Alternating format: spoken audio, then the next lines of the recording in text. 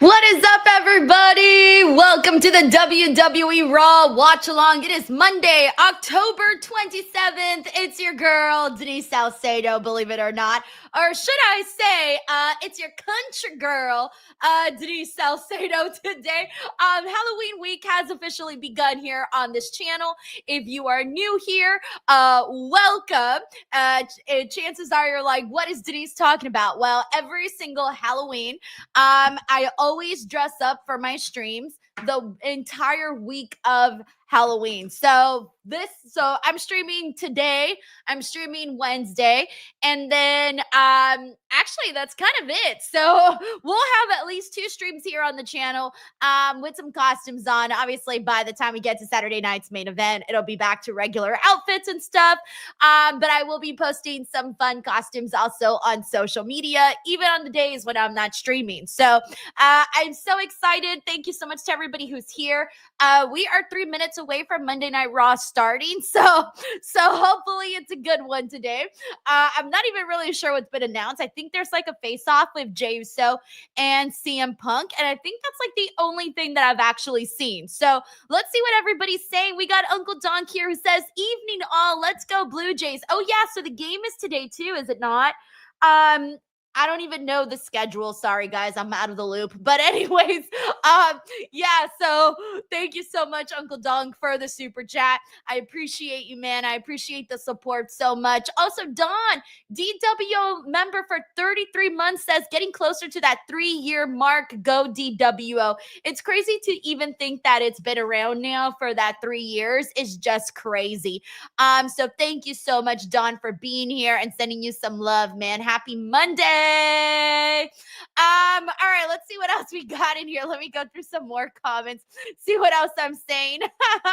Gian Reza says, is it weird that I'm digging the beard? So I had to kind of like trim the mustache here because it was a little longer and like the hair literally went over my mouth. So it's kind of hard to talk in this because, well, for once, it only gives me like a small opening, and the mustache is like pressing down on my mouth.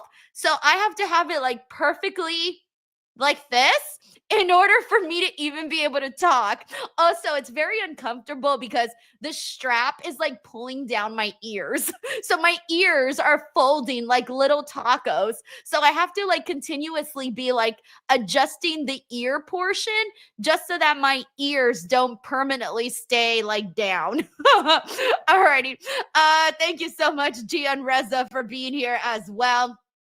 Let's see, let's go through some more comments. We got Matt Raikeel who says, don't go messing with a country boy. Q Hillbilly Salcedo. Jets still suck because my Bengals defense is cheeks. DWO for life. Look, I'm just happy we got a win, man. It was a hard time, so I'm just happy that we got a win, period. Thank you so much, Matt Raikeel. We also got Dan Lutzka in the building. Hey, what's up, Dan? He says, let's effing go. Yes. Thank you, Dan, for being here, for the love. And I hope you're feeling better. I know you were having a rough week last week, so hopefully it's a little bit better for you. Thank you, Dan. By the way, Raw is in my neck of the woods. It's in Anaheim, and I think it's at the Honda Center. I was going to go to Raw, but then I decided not to go to Raw. So yeah, so this is like my neck of the woods. I just decided not to go to the show. Also, David Zaldivar says game 3 starts in 2 minutes, game 4 tomorrow, then game 5 Wednesday, all on Fox. Thanks, David, for the update. We got Sucho in here who says, DWO Nation, listen up. Denise is becoming a Dark State believer. Let's effing go. Oh, hells no. I am not becoming a Dark State believer. They got to do so much more to make me into a Dark State believer. We are nowhere near that realm yet. Thank you, Sucho, for your for being optimistic that you think I'm going to become a Dark State believer. Also, Raw's is starting actually now, so let me know if the audio's good, everybody. We also got Mr. Grimley in the build. He gifted 5 DWO memberships. Mr. Grimley, thank you so much, dude. You're always so awesome and so giving here on the stream. So thank you so much for giving the love, man. All right. I love how they're showing. By the way, guys, they're showing the nice part of Anaheim. That's the nice part of Anaheim. But Anaheim has so many ghetto areas. Like, they're showing you the nice areas, okay? Do not be fooled on what you think Anaheim is, because they made Anaheim look really nice right now. That is not proper representation for Anaheim. Also, thank you so much, Emmanuel Gutierrez. Saludos, Emmanuel. We also got Spike Hunter, who says, hello, Country Denise and DWO. Thank you so much, Spike Hunter, for being here, for being a DWO member now for 2 months. We also got Day the Mexican, who says, you scared the bejesus out of me. I love it. I'm off to work, so Monday Night Raw. Day, have a good day. Hopefully it goes by really fast, by the way. Thank you so much, Day. Oh, I didn't know this. Sarah says, kind of fitting you have a black cat on your screen if it's Black Cat Appreciation Day. I didn't know today was Black Cat Appreciation Day. I put it up because I like little black cats. And I was just putting this together kind of last minute. So I just wanted it to look a little bit different for this week. Thank you, Sarah. Also, what's up to Deontay Swain here? We got the sniper, Jolie. What's up, Jolie? We got Pal McNeil in the building. He says checking in from work. Dude, hopefully your work day is like almost over. Gian Reza says that beard is not lasting the full show. I'm gonna try because if not, it's gonna look really silly if I don't have the beard. Plus, I also didn't like touch up my face either, so like I gotta have the beard. Hey, what's up, Lily Petal? Says Kelly represents. Sheldon Jackson, thank you so much for the DWO membership. Hell yeah. Sheldon almost got kicked out of the DWO. Came back and is staying strong. Also, shout out to Charles Efford. We also got him in here. Davion Washington. Thank you, Don, for letting me know my audio's good. We got infamous DJ1, Joseph Boza, Tanisha Hicks, Bill W. from New York is here. Kevin Lee says, wait, is this Denise's channel? So it's funny because, like, yeah, I don't know, man. This costume's hella funny for me. This is honestly one of my most comfortable costumes that I've worn, except for the fucking beard. The beard is the most irritating part. Like, the wig is actually not bad. Most wigs kind of like make you scratch and itch. I feel like this one's okay. Hey, Brian M, what's up, bro? Thank you so much for tuning back into the channel. Nice to have you on again. Anaheim, California. All right, we also got Spike Hunter, who gifted a DWO membership. Thank you, Spike. Shout out to Jordan Elliott. We got Sniper here. Says cutest Billy Jim I've ever seen. Thank you, Sniper. Yeah, I like to do costumes that most people wouldn't do, you know? I like to surprise people with some of the ideas I come up with. Thank you, Sniper.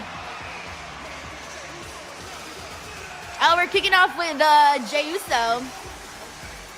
You think he's gonna get any babies today?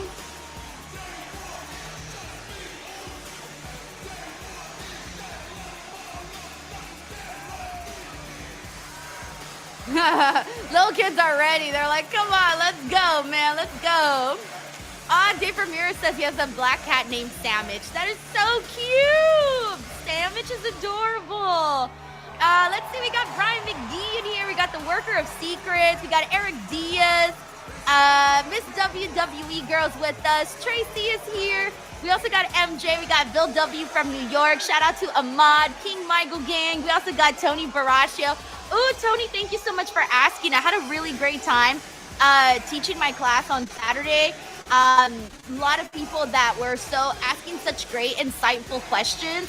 Probably the best questions that was ever asked. So I was just like feeling really good about it, honestly. And I felt like I did better this time than I did the first time. So that's kind of cool. Thank you, Tony, for asking. Also, shout out to Super Fro in the building. Nelson Rosario. We got Ellen M. We got X Mulder in here. Hey, what's up, KJ? Back in the building. Jordan Elliott. We also got Snoop 1921 in here. Taylor Cannon. What's up, Taylor?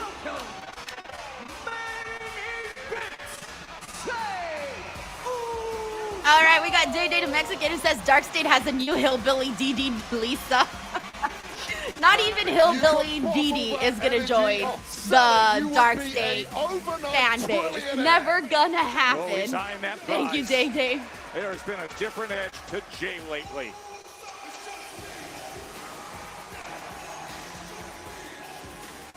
Alan Sims, do you still get nervous doing public speaking? I don't get nervous doing public speaking at all, actually. That's one of the things that when you like go on camera all the time, it like does not faze you at a certain point. So I've been on camera like every day of my life since 2014.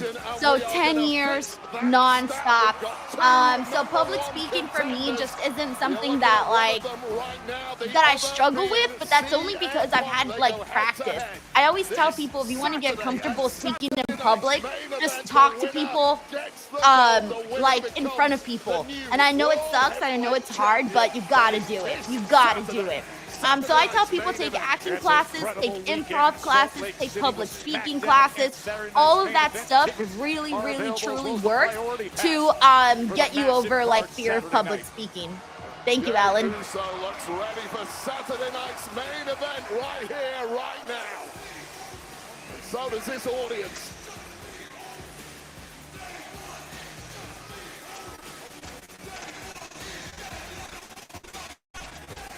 I always forget how long the Jey Uso entrance is. It's always so long. So long. The Royal Rumble win put him in position for Mania, and now the Battle Royal a week ago has put him in position here for Saturday night's main event, just 5 days away.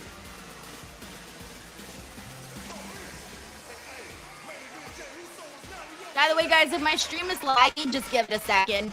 Sometimes it just takes a second to get its bearings.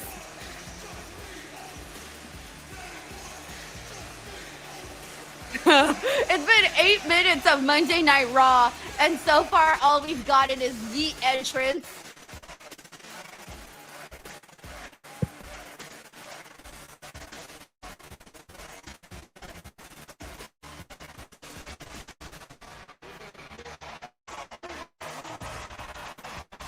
Ah, shit. Alright, guys, how's my stream? There's a little bit of an internet issue right now. If anything, I'll just refresh. Sometimes that just happens. I'll try it right now, actually. You say, Joe, we run this back. No, they're going for it again. 13,812 seats. Give me 1 second, everybody. You go just that way.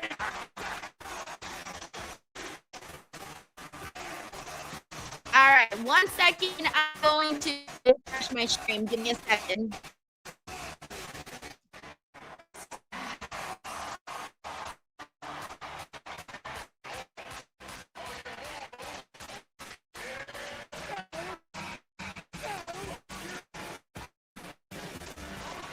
No, hold on.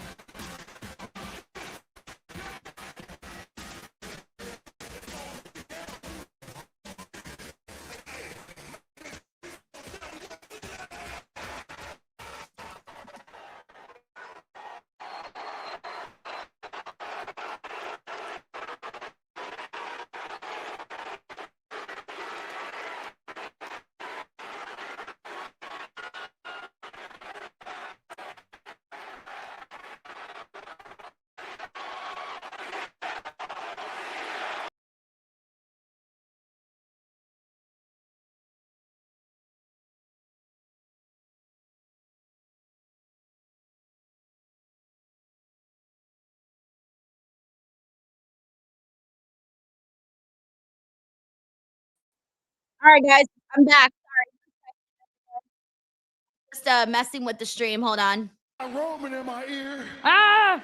Okay, I think all should be working now. Let me know if it's good now. I refreshed it.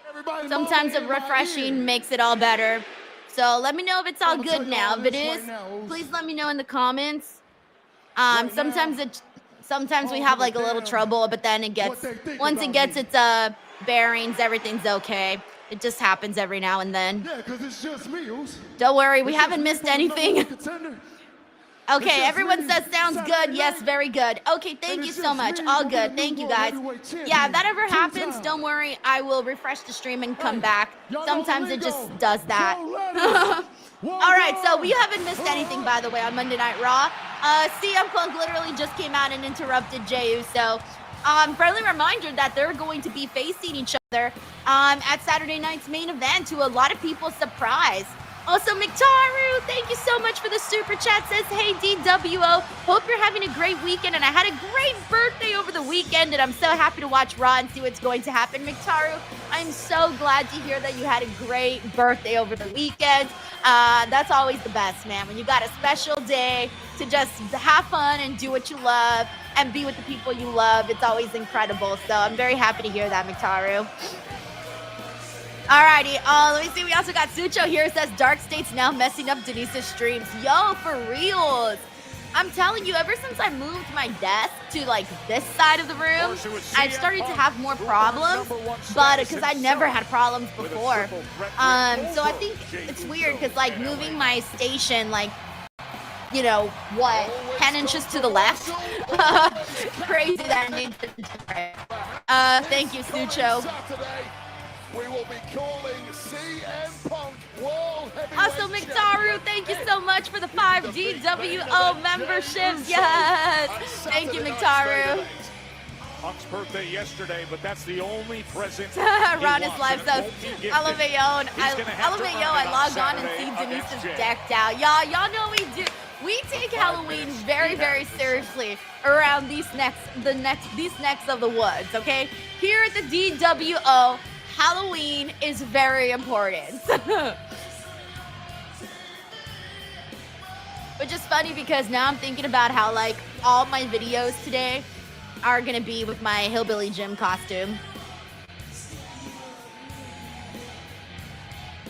Holy shit. All right, we need to get to this, guys. That's a nice sweater CM Punk is wearing, by the way. I never got that green sweater. You guys remember that green army looking CM Punk sweater? I never ended up getting it because it sold out so fast. This one's really nice, but it's not as nice as that green one. Hey, what's up, Latuan Rocket? Thanks for joining the stream. Whoa. Oh my gosh, guys, they're going for it again. A third time. No way. I think CM Punk's gonna put a stop to it. Okay, he's putting a stop to it. I was about to say, what is happening now? I apologize for stealing your stuff. They were gonna run it back. CM Punk's song. One word.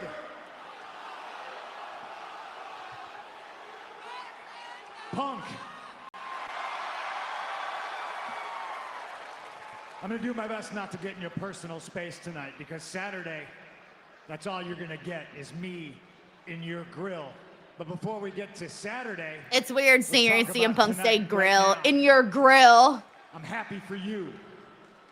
You're finally listening to you. You're not listening to all the noise. Jimmy, Roman.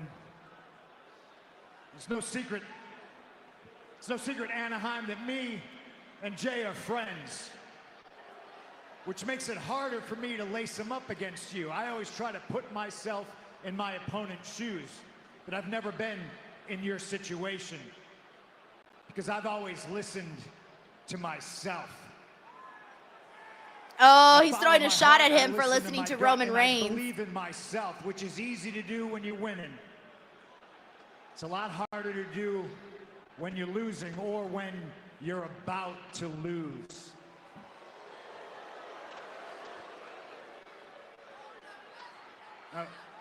I had a lot of questions coming out here, and your body language answers a lot of them for me. Your actions last week answer a lot of questions for me. I know you got what it takes. I watched you throw your brother over the top rope. Yeah, that was pretty savage. But it shows he really wants it, right? Ladies and gentlemen, I don't mean to admonish you. He really just wants it more than Jimmy, at least. The rules, it's every man for himself.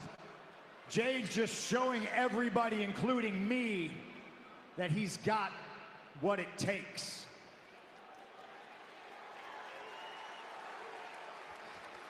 See, I hope Jay Jay needs to And if fire you're back listening to because you, you're not listening to anybody else. I'm talking to you, Jay. see, CM Punk's been pretty got what it stern with them takes. right now. But how far are you willing to go? I'm not asking Big Jim's brother, and I'm certainly not asking Little Roman. Little Roman. I'm Another asking shot at main him. Event Jey Uso. How far are you willing to go? This was a very passive-aggressive Because you're not the promo only from one who Punk. needs to be champion again. The small amount of time I held on to that title at SummerSlam after besting Gunther was way too short. I need to be champion like I need air in my lungs.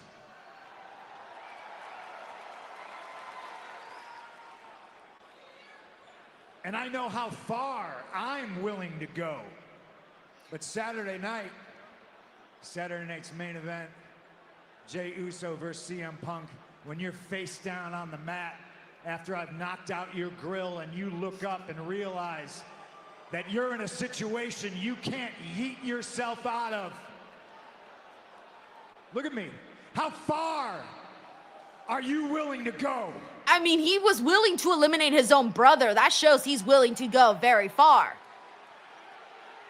He's willing to take advice from Roman Reigns because Roman Reigns, like him or not, was champion for 4 years. So I think Jay is willing to go pretty far. But they gotta give Jay a shot here on the mic, see what he does. Let's go, Punk. Let's go, Oos. I've been in deep waters before. I know how to swim. But you're gonna do what you always do. You're gonna spin the block, have these people thinking you're the man to get behind, right? That's what you do, Oos. As soon as I do something right for me, he gonna paint the picture like I'm the bad guy. Make way for the bad guy. I know, and guess what? Screw you, Punk. Yeah. Saturday night, I like when Jay who gets the best excited in the about his world promos. is. 4 letters, 1 word. Yee! Okay, I was kind of nervous for Jey Uso. I thought CM Punk was gonna I thought he wasn't even gonna respond. I thought he wasn't even gonna say anything. Like, I kind of underestimated Jey Uso in this promo. Obviously, CM Punk still kind of like, you know, like CM Punk's promo was stronger, but I do think that Jey Uso, I think that he at least held his own at the end and ended in an exclamation point kind of fashion. Let's go, Punk. Let's go. No limits whatsoever. On the Yeah, exactly, Spike Hunter. Right to the point, smart, not going toe-to-toe with Punk. Exactly. Like, he just had to, like, get in, get out, and not look like he was squashed like a bug in the promo segment. Because, again, I was kind of worried there. Glad you're with us here from Anaheim. Sold out. You got Julian Clark here, says best contract signing in a while. Well, they didn't even sign anything, did they?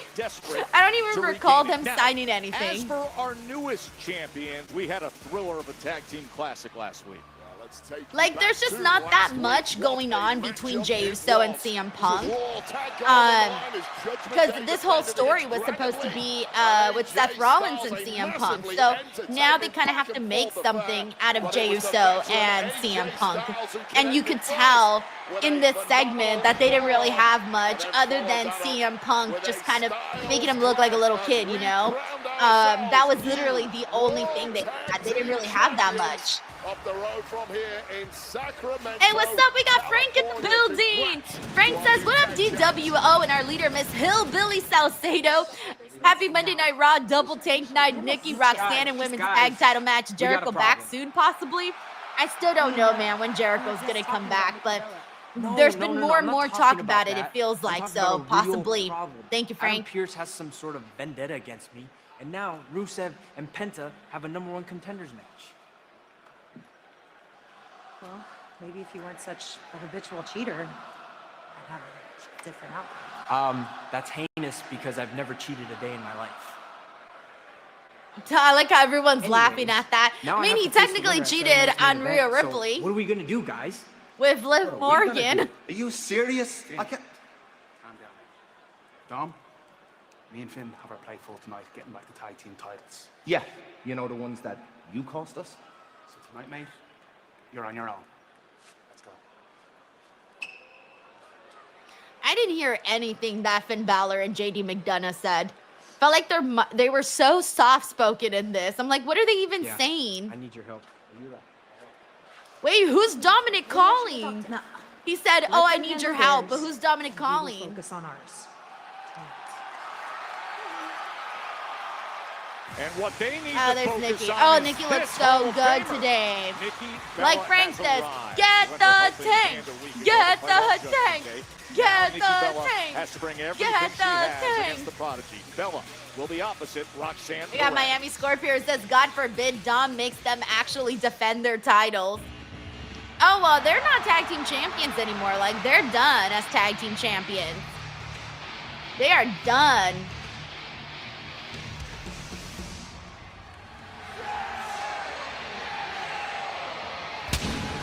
Hey, what's up, Pip Clip? He says, don't go messing with a country girl, country girl, country girl. Love the costume, Denise. My husband is going to be Pinhead. He loves Hellraiser, and I'm going to be Storm from X-Men. Oh, those sound like really great costumes, and I love when people do, like, those couples costumes, because it opens the door to be so unique with it. So have fun, Hip Clip. Thank you for sharing that. Millie Beth says, Hillbilly Jim, where's Denise? Hillbilly Jim has taken over this stream. Denise paid me to be here. I got my Legends deal with the DWO. Thank you so much, Millie Beth. Intercontinental Championship #1 contenders match next. Okay, so they're doing Rusev and Penta for the #1 contender for the Intercontinental Championship, and I'm like, okay. I still think that needs to be Penta. I don't want to see Penta lose to Rusev, so I'm hoping that's not what we end up seeing here. Night American says we need a paid for by DWO vignette. Guys, this beard is driving me crazy. Like, the hairs keep going into my, like, they keep scratching my nose. That's why I keep doing this. I'm like, stop scratching my nose. All right, for the love of the game, okay? For the love of the fucking game of Halloween, this beard is the worst thing that's ever happened to me in my entire life. Look at my ears, guys. Look at this. See? They're like being folded right now. And this is itching my nose. Killing me here. Gian Reza says, told ya. Oh man, Icy says, now you know what it feels like to be a man. Wait, does your mustache and beard also itch your nose? Because I feel like that's definitely not what a natural beard does. Dan says, I just tuned in, Denise. You just reminded me I can't remember what WWE game it was, but I was pissed off my cousin so much with Hillbilly Jim taunts. By the way, oh, thank you, Dan.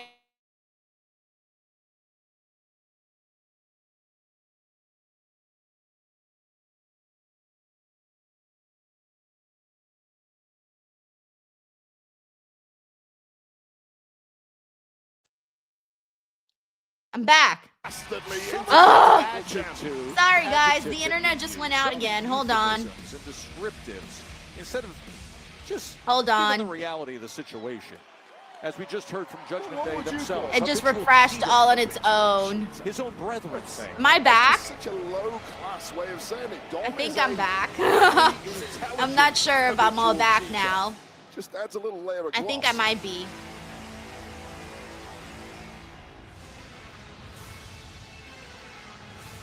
Okay, cool. Everyone's saying I'm back. All right. Nice. I was worried. Guys, I don't know what is going on today. No, some people are saying I am back. I'm kind of back. Oh, okay, I'm going to refresh again. Hold on. Ah!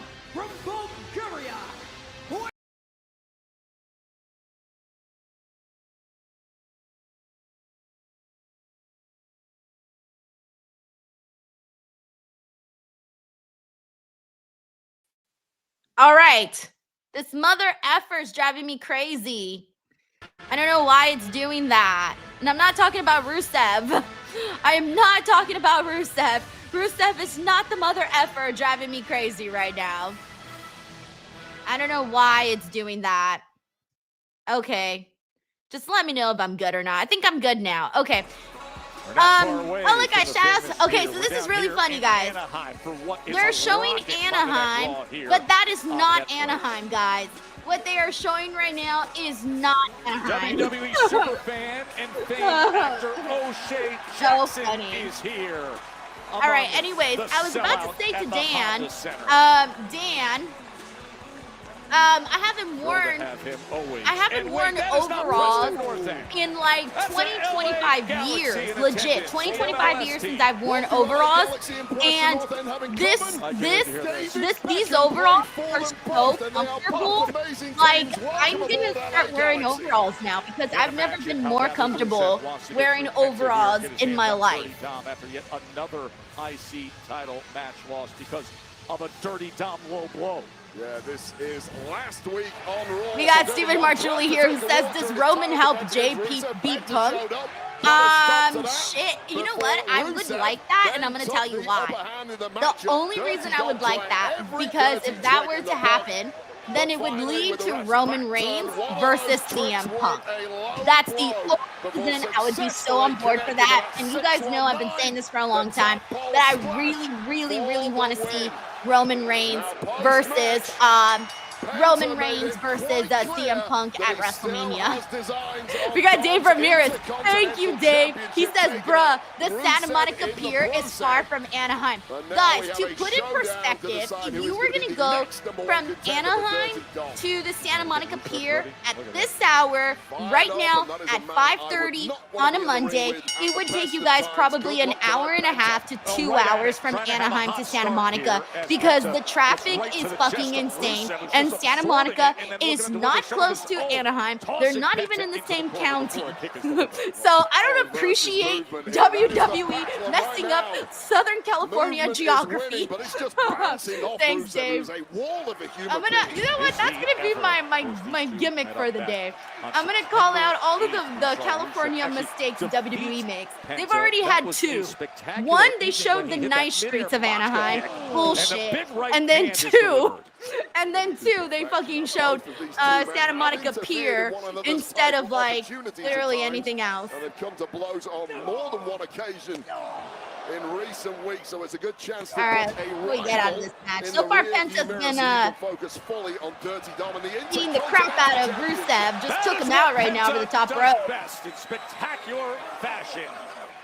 You can see him reaching for his lower Infamous DJ one says, LOL, Denise going off. 11 says, could have showed Disneyland. Facts. There's a lot of nice stuff to show in Anaheim, guys. Like, you could show Disneyland. You can show, like, where they have their restaurants and stuff. They could even show other places in Orange County, like Newport Beach, Huntington Beach, even that. But, I mean, there's stuff to show in Anaheim. Downtown Disney, all of that. It takes a hell of a lot to get Rusev down in the first place. And Jason Myers says, I just found out last year that Anaheim isn't just Disney, but has some ghetto areas. Oh, yeah. That's a fact. That's why I was laughing so hard when they showed the nice street. Like, if you've never been to Anaheim, if you just saw that clip that WWE showed, you would be like, wow, what a beautiful city. Look there. Clubbing right hand to the jaw there, completely wiping out Penta. As he did a week ago.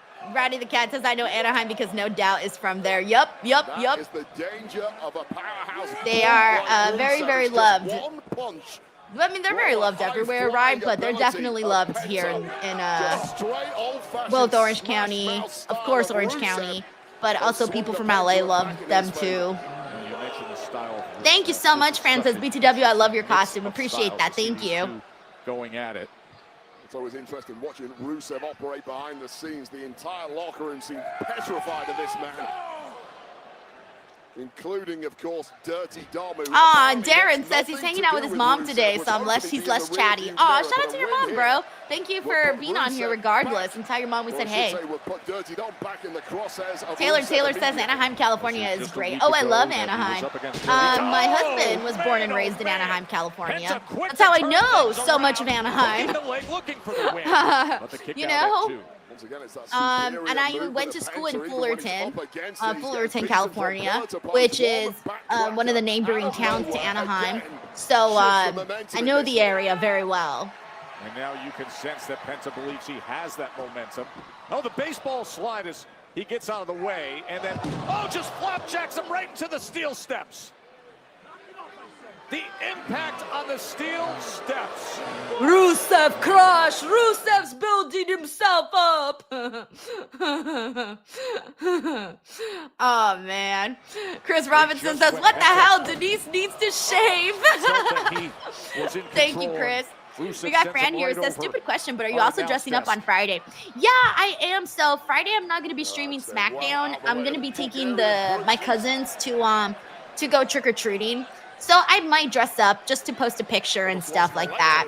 But usually when I take the kids trick-or-treating, I actually like to be comfortable. And then usually by the time I get to Halloween, I'm kind of burnt out of having to dress up every day. That there's sometimes where I don't even dress up on the day of. Thanks, Fran. Smashed, as is the skull of Penta. Ever since he got out of the way of that baseball Hip Clip says, everybody thinks I'm a man on chat. Should I be offended or just take it in stride? Put forth by Rusev. That's so funny. You know, sometimes it's hard to tell, Hip Clip, and it's happened to me before where sometimes I know if people are men or women or whatever, and then sometimes it's not as obvious. Like I remember this one time, I accidentally kept referring to a user as a girl because I thought it was a girl. And then I found out afterwards it was a man because he told me, and I was like, I'm so sorry. I'm so embarrassed, right? Like, I'm really sorry about that. And but now it's like a running joke where like every year he'll remind me about how like I thought he was a woman. So just sometimes it happens like that. So my new thing that I do is, unless I know for sure, I don't use like, I won't say like he, him, her, unless I know for a fact. You know what I'm saying? Because after that experience, I was so embarrassed. Like I was so embarrassed that like, you know, I kept saying that this person was a woman when it was a man. Constantly working, constantly operating to get himself the upper hand in all matches and all scenarios. Even more so now that the Judgment Day are apparently not going to be backing him up. Nice little drop kick there from Rusev. By the big man. Hey, what's up, Crystal Kane? Thanks so much for tuning in. Hey, we got 11 building. We'll put 11. Over the past few minutes of this one. Ryan Murray says, I make fire. I read that like so. I make fire. Darius says, hey, buddy, friend, pal, you. Dude, hey, Darius, I'm going to screenshot this, and I'm going to refer to everybody as buddy. Hey, buddy. Hey, friend. Hey, pal. What say you? That's gonna be so my new cheat sheet. Also, shout out to Salad Ass. Ooh, you probably have the most interesting username I've seen so far. Also got 10-inch Anchorman in here. What's up, bro? In his grasp. Good old-fashioned bear hug there from Rusev. When I remember, I don't know if you guys remember when we were watching Unreal, for those of you who watched it, Jimmy says, he said in a video that he doesn't even know people's names. He just refers to everybody as Oos. And he was like, I just call everybody Oos. The fact that he's capable of coming back with something. Oh, the corner handstand kick right to the chest and into the cover. And it works because if Jimmy or Jay refers to you as Oos, you're going to be like, ooh, thank you. I am Oos. What's up, bro? Like, you're going to feel happy. Not even realizing, like, oh, hey, by the way, he might not even know your name. Another opportunity at Dirty Dom awaits. Who can put this one away? Dirty Tom, who used underhanded tactics to recently defend his IC title against both of these men. Rusev suddenly getting his clock cleaned after a major period of dominance in this match. He's turned around in a big way and with his second Yeah, win now, Penta needs to win this, guys. He just gets like crazy good reactions. Legit crazy good reactions. Rusev was smart enough. And now he's climbing up top. As Penta has him right in that zone. He did it again! No! He did it again! This is how he beat him a month ago. Okay, good, good. There was a two, Penta it was a able two, to kick a out. two. Oh God, match get kicked to a flying jaw of Penta. Take a look at this. What a bullseye. Sucho says, Denise, what's your theories on the recent feet videos on WWE's Twitter? Oh, the walking cryptic shoe videos. Yeah, there's a lot of theories for that. People are wondering like who it is, right? They're like, oh, is it Santos? Is it who else did they say? Tony D. I don't know who it is, but it's getting people talking, right? Those cryptic videos always do. I don't know who it is, but because it's so hard to tell when it's just fancy little shoes. Oh, some people even think, no, he kicked out. No. By the way, also, Penta needs to win in Anaheim, guys.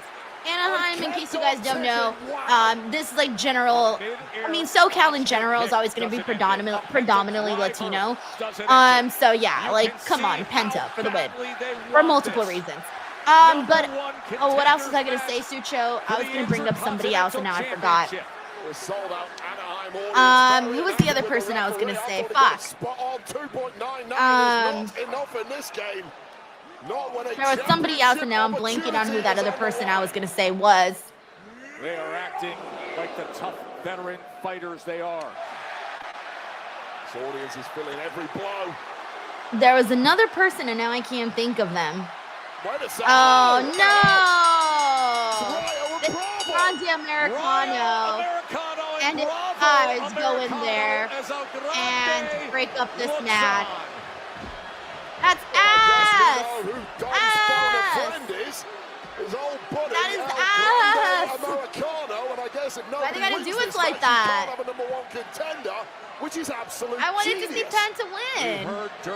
Okay, so I'm guessing that it's gonna be a triple threat, right? Triple threat. I think that's where we're all sort of feeling. The problem, right in the midst of what was a thrilling match, the Americanos arrive. Yeah, we're getting a triple threat. This has just turned into a mogging. Two superstars, Penta and Rusev, who were giving it their all, leaving it on the mat. Thank you, Sucho. I was trying to remember the other person, and if I remember the other person I was going to mention, then I'll throw them out there. But yeah, those were some of the ideas of some of the theories of who it might be. Thank you, Sucho. Hey, what's up, Christopher Leclerc? Thank you, thank you, thank you. Hey, what's up, Hunter Dino? I mean, you got Noah Olegny. Thank you for being here. Hey, what's up, Omar? Okay, Rusev. Rusev is back up. Okay, by the way, they gotta have Ludwig talking Spanish in Anaheim, guys. Like, they gotta do it. I don't know how they're gonna squeeze it in here, but they gotta do it. Because it would actually be really fun for him to like play with the crowd with that. Oh, the other person I was thinking of was Gunther. Sorry, guys. My brain could not remember Gunther. That's who I was trying to say for Sucho's question, too.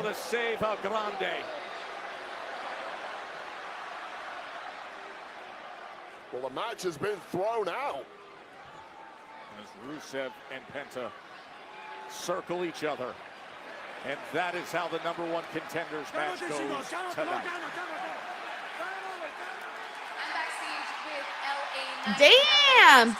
LA Knight got a good reaction. To that World Heavyweight Championship in a battle royal. Unfortunately, you came up short. So where do you go from here? What's next? You know, sometimes you almost feel like maybe you lose a little bit of the drive to keep pushing, you know what I mean? And when you're here cutting deep right now, talking about I fell short, I appreciate that, because you're right, I did fall short. I didn't come out with what I needed. But I tell you what I did come out with. Let me talk to you. Here I stand, and I'm looking at not being the World Heavyweight Championship. Do you see that thing around my waist right now? No, you don't. But what you do see is you see CM Punk. You see Jey Uso going on to Saturday night's main event. Now, a lot of people are like, well, did Jey Uso mean to throw out his brother? Did he mean to throw out LA Knight? I don't care about any of that. None of that matters. The bottom line is he's going on to Saturday night's main event. I'm not. Yeah, bro, you So got what do I do? eliminated. That's how it works. Get rid of the vest. I can do what I need to do because sometimes I just get a little bit used to doing the hard thing. Now, the hard thing is to continue in the path. I don't know how to quit. I've never learned how to quit. So whoever comes out of this, I'm telling you now, Jey Uso, CM Punk, any single one of you, whichever one of you comes out with that World Heavyweight title, I am telling you right now. Bro, we're just going in back to circles Jackie. now. I will ask her the question, do you see this world title around my waist? She will have no choice but to say, yeah. Why? Because you all, Circles. with or without the title, have to accept the isness of me. I am what is, with everybody saying. Yeah. All right, so chances are LA Knight's going to be like CM Punk's first contender. Hey, what's up, Deirdre Key says, not going to lie, Denise is really rocking that beard nicely. Thank you very much. Thank you very much. And Alexa against Bailey and Lyra. That's ahead. Oh my gosh. All right, guys, give me 1 second. 1 second. Hold on.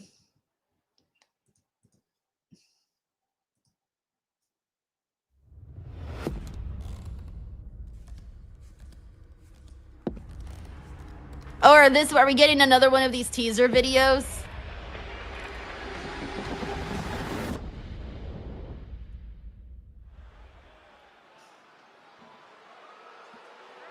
All right, we got Grayson Waller, Woods, back out here in their weekly Raw segments. Weekly Raw segments. Grayson Waller, and again, this week is just Kofi Kingston and Grayson Waller, but conspicuous by his absence is Xavier Woods. Alameo, Joe Locke says you're a hater just because he's white.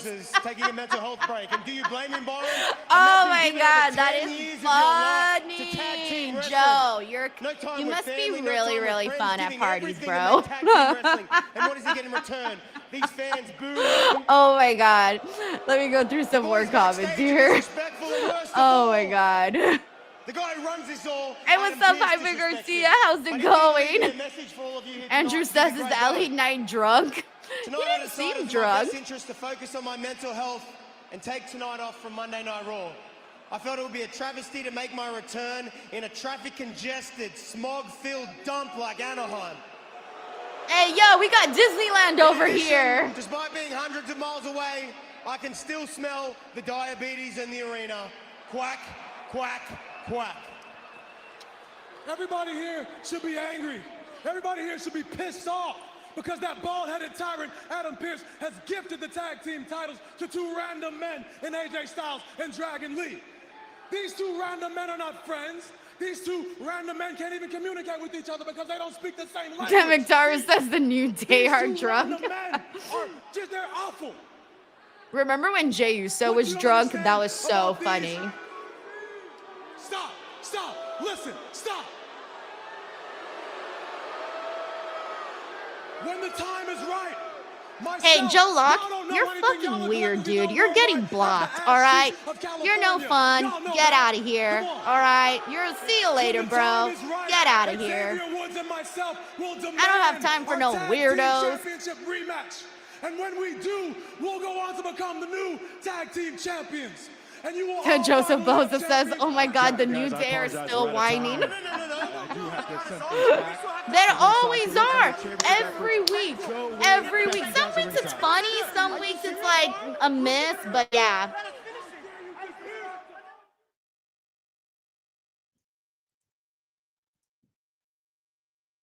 All right, let's see what we got next on today's show. Joe here says the New Day always seem to complain. Jacob Tatum says Denise looks like Luke Harper. To the Delta Center in Salt Lake City. It's this Friday. Thank you very much. Thank you. Saturday, November 1st. This is my favorite thing about, like, I always do like wrestling legends because I think it's nice. I think nowadays people mainly only talk about the who and the now and what's going on. But I think sometimes you gotta like shout out the legends of the past. I still think we should have been in it. Thank you, It's Jacob. the fastest way to the World Heavyweight Championship. We should have gone down to the ring, destroyed every man in the match. I don't see any other way. So please, I mean, I love your idea. I really do. But there's a consequence to it. Because it would have exacerbated an already pissed off Adam Pearce, who could have suspended all three of us indefinitely without pay and made it his life's mission to keep you away from the World Heavyweight title.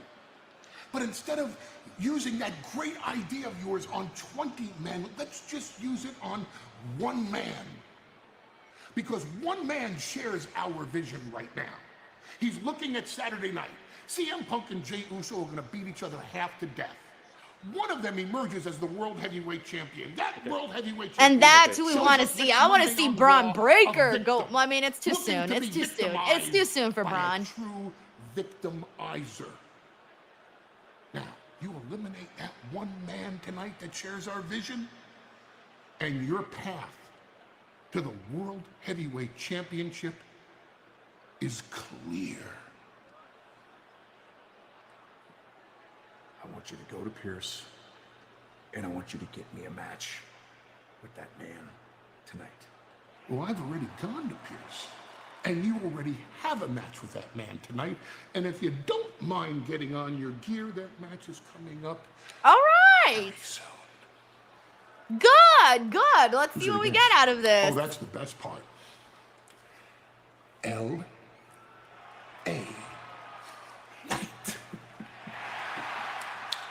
Braun is like, easy, let's go. Oh,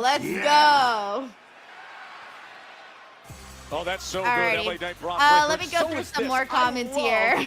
That piece let's of see what gold everyone's is so saying. close to us tonight. We're 5 days away from that being decided. Oh my God. Jay and CM Punk.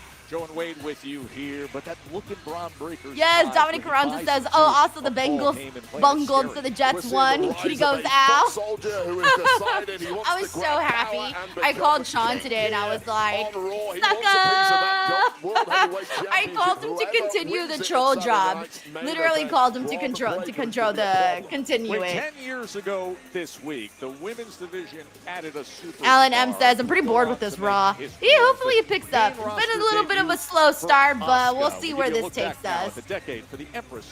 We got the Kyle put here. It says the New Day need to split up and just let those careers wind down, fellas.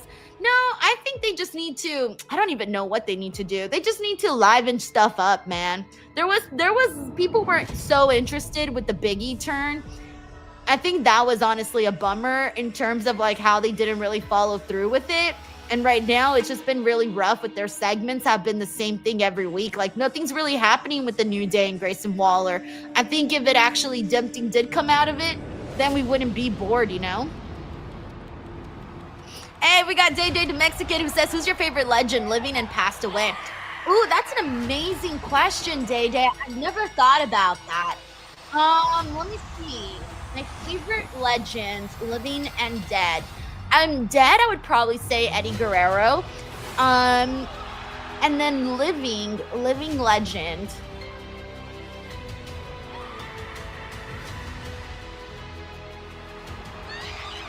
Maybe I would say living legend. I would say Sting and Bret Hart.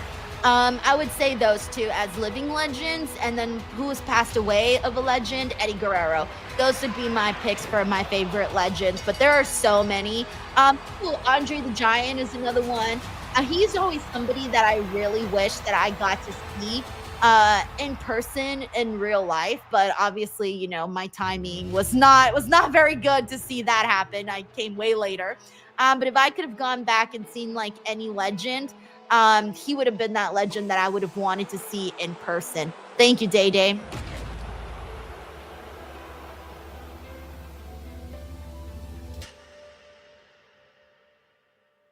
Yes, I want to make it all. By the way, they did like a Asuka video, but they had the text, but they didn't have the voiceover. I'm not sure if that was on purpose or not. To hear from me, but since he's not here and you are, what can I do for you? What can you do for us? You can give us our tag team title rematch tonight. What JD means is we would like to know when we should expect our tag team rematch against AJ and Dragon. We were hoping it would be tonight. Tonight? You guys are already busy tonight. No, we're not. Yeah, you are. You don't remember the Battle Royal last week? Not especially. Of course you don't remember. You got eliminated. Instead of leaving, you jumped back in there and the two of you eliminated somebody else illegally. That person came to me this morning really pissed off, demanded a match against either one of you. So you two have a choice. Because tonight, one of you is going to go one-on-one with Sheamus. Ooh, it's Sheamus. I'll fight Sheamus. Okay, I was going to say, I kind of wanted to be JD McDonough. He does pretty good in singles matches. Okay. Hey, and when he's done, don't forget, tag team titles. Oh, I won't forget. All right, we got Fredo here who says, we've been fed old guys for so long that we think Breaker's too young, even though he's older than John Cena was when he won his first title. Randy was crazy young too. Honestly, yeah, you know, when you go back and you look at, like, for example, it's like when I do my, like, WrestleMania, like when I went back to go watch WrestleMania, like all the WrestleManias, and I watched them all back to back, that was one of the things that I noticed. Oh, there's Nikki. One of the things that I've noticed is that, like, after like a couple of years, the people that you see in these main events drastically change, right? Like, the people of the past are out, like they're no longer there. And you can tell the big difference between like who the new crop of talents are for like those couple of years, right? And then the next years come and it's a whole new crop of talent. What I've noticed is that now when you're watching like more like recent in the last couple, like the most recent ones, it's a lot of the same talent because they're sticking around a lot longer than they were in the past. So it's one of those things where you can really see like the sign of the times and how like some wrestlers back then that were still, you would consider them young right now, but they were basically like axed out and no longer, you know, performing on the show. Like they were phased out because, you know, Vince McMahon deemed them too old. So it is something that was something that we saw more of back then than we do now. Thank you so much for that and for the support, bro. With her this week, and you are the one who has to battle with the Judgment Day. You don't feel she did the right thing? All right, let's see how this goes today with Nikki. Darius says Sabu, a spicy legend. I was always a big fan of Sabu. So yeah, shout out to Sabu as well. Oh yes, Robert Manson says his favorite legend, Stone Cold Steve Austin. Oh my gosh, yes. I don't know how I did not think of Stone Cold. Throw that one in there for me too. Thank you, Robert, for reminding me. I guess because in my mind, like, sometimes in my mind, when they are, like, alive, you know they're legends, but I guess in my mind, the legends are, like, way older, like, way from the past, you know? Like, way back in the day. I think of them as different, you know what I'm saying? But also rather reckless, in my estimation. Oh, thank you so much, Race Pierce. He says, I appreciate the volume of the shows, Denise. Very helpful. Thank you, Race. Yeah, I always like to ask people if they're cool with the audio levels and stuff. We got David Primero who says, are they building Asuka to go after the world title? I would hope so. She's definitely got another chance to go in there, and she's such a good performer that I would love to see it. Ooh, Roxanne's gear looks really good today. Thank you, David. We also got Uncle Donk who says, hot take, current heel Asuka is the best character since Timeless Tony. Ooh, that's not a bad take, honestly, Uncle Donk. She's doing pretty good. With like being so mean to Kyrie, the way she's always yelling and stuff. I don't know if she's the best since Timeless Tony Storm. I'm trying to think if there's like another person that I'm so intrigued by their persona on the women's side that is like very unique, you know? And I'm sure there's one that I'm just not thinking about right now. Fame veteran But Asuka is doing great work. I wish if we got to see more, even more with Asuka, because the way that she's so mean and that she behaves so like nasty with Kyrie, all of that, like it's really impactful. And even the way that she acts with Io Sky and how she demands Kyrie to like beat her up, and you know how she was so mean to Io and yelling at her, all of that, it does definitely work very well. Thank you, Uncle Dong. Able to win the WWE Championship. Triple H retains here at WrestleMania in 2000. Hey, what's up, James Irving? We also got Yes Boy in the building. What's up, bro? We got Rowdy the Cat who says, Nikki looks incredible. Yeah, she does. She looks so good. She has that amazing special Cristela Alonso's there. Now on Netflix. Great comedian. No, it says I'm watching this because Netflix isn't working. What? How's your Netflix not working? Oh no. We'll never say no to a match, especially one like this. Here's how we got it last week on Raw. Stephanie we got Peace to Nin, number 13 says his favorite legends are Kurt Angle and Lita. Yo, everyone here knows Kurt Angle's my favorite wrestler. You see what I'm saying? Like, he's my favorite wrestler, and I didn't name him in the Legends talk because, again, I don't consider him old, you know? Same thing with Shawn Michaels. Also a legend, also one of my favorites, but, like, I don't consider him old. We got Eric Diaz here. Says Stone Cold is the GOAT forever and always. Cleared out the miscreants. If you're new here to the stream, guys, I can't show the stream because WWE would copyright me, sue me, whatever else you want to do. You can't like actually stream it on like the broadcast. Netflix would like drop kick my ass, you know, everybody would come after me, and I don't got that kind of money for lawyers. All right, let's do this. Here we go. Roxanne versus Naomi. I'm sure Roxanne, look right now, she's like bowing down. I'm sure she's working out because, you know, she also grew up watching Nikki Bella. Versus what she's been saying on social media. Oh, that's so disrespectful. I love it. The fiery, spicy Latinas. And now Bella trying to quickly get to the attack, but out into the apron before driving that. We also got Jay Stone here who says better than Naomi. Not at all. Oh, I love Naomi. Shout out to Naomi. Yeah, Nikki Bella knows a trick or two. 20+ years in this industry. David Primero says, I want Io versus Asuka WrestleMania 42 for the world title. And that is something the two-time world champion. That would be sick. I think that's something a lot of people would really like. There's so many women's matches that people want to see for WrestleMania 42. Like so many. I'm curious to see which ones we're actually going to get. Thank you, David. Line from her former idol, Nikki Bella. Thank you so much, Paula Bennett. Says, hey, Denise, I made it watching Netflix, but I love watching your watch-along. Thank you so much, Paul. The Kyle Put says Kurt Angle is, in my humble opinion, the greatest pro wrestler of all time. Yo, Kyle Put, I am co-signing this message. Co-signed. There's a major crossover star in the world of light entertainment too.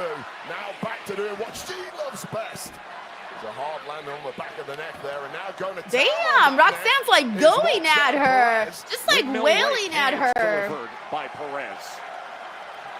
Of course, Perez knows everything about Nikki Bella. Used to study her on Total Divas back in the day when she was a young girl. Grew up, perhaps one day wanted to tag with Nikki Bella. Hasn't quite Larry Johnson says his favorite legends are The Undertaker and Trish Stratus. Nikki Bella, 2-time Divas champion, had the longest title reign in history, over 300 days. But you mentioned the generational gap and how that can play with a young superstar when you're in there against a legend that you looked up to. Nikki Bella has just had answers for everything that Roxanne Perez is trying to throw at her thus far. Oh, fuck. Early on by Damn. Nikki Bella. That she like broke Roxanne Perez's face. That was brutal. Safe embrace. Damn. A big Manny cool. Y'all see how she smashed Roxanne's face on her knee? Sends her right to the barrier as Raquel Rodriguez steps off to the side, and Nikki Bella's in control here against Perez. It's just been the Nikki Bella show from the word go, and Roxanne Perez may have overestimated her abilities this evening. Came in incredibly cocky and confident, And you see that dissipating. We got Bryn Hockey. Hey, Bryn, he says, Denise, have you ever interviewed Kurt? I have, actually, several years ago. As well. I have a couple of clips up here and the full interview on the channel. My favorite interview of all time, actually. My channel was a lot smaller when I interviewed him, and I didn't think he would say yes, and he did say yes, and he gave me a really good interview with, like, really thoughtful answers, so I've always been really thankful for that. Thank you, Bryn. Rodriguez getting the best of Nikki Bella. Straight from the Judgment Day playbook. Waiting till the prime moment to capitalize. Oh, slingshotting her right into that second rope. And how quickly things turn when you deal with Judgment Day. Tommy Gunn here says John Cena versus Nikki Bella for his last match ever. Wait, That's crazy. That's crazy, Tommy. In one instance, where the referee has to turn. Kieran Wright says, just noticed Raw started early. No, it started at the normal time slot. Yeah, normal time slot. Not early. When it comes to putting yourself in hey, Fredo, he says, let's be real, Evolution needs to be an annual PLE. I know, I'm like waiting for them to make that announcement. Like, they haven't made an announcement that it's going to be every single year. Unless they want to not announce it so that when they do announce the third Evolution, maybe they want to make like, you know, like a big hoorah about it, which they should, right? But I was hoping that coming off of this last Evolution that they would go out and say, hey, we're going to have it permanently, right? Especially because for a lot of people, that is up there with one of the best, if not the best, WWE PLE of 2025. Thank you so much, Fredo. Thank you, Jonathan. He says, hey, Denise, love your cosplay of Hillbilly Jim. Thank you. Nikki Bella living dangerously now. Once Roxanne Perez gets the upper hand, history has told us she rarely gives it up. And once again attacking the surgically repaired neck of Nikki Bella. And of course, Roxanne Perez, being a former fangirl of Nikki Bella, knows all about that surgery. Robbie could tell you the exact date it happened, how long she was out for, and the fact that once upon a time, Nikki Bella retired due to that injury. And yet all the torque and pressure she's putting on her neck and head. It just shows you how Roxanne all right, I hope this next like portion of Raw is a little bit stronger. This has kind of been like a weak edition of Raw. 10+ years ago. I'm a little bit like low-key, kind of like stressed that. I hope something really good happens on this show. Because y'all know that Santi and I need the meat of something to really get into it. Smug look on Raquel Rodriguez as she continues to watch Roxanne Perez get to work. We got Mictaro here who says, what's up next for your Halloween costume?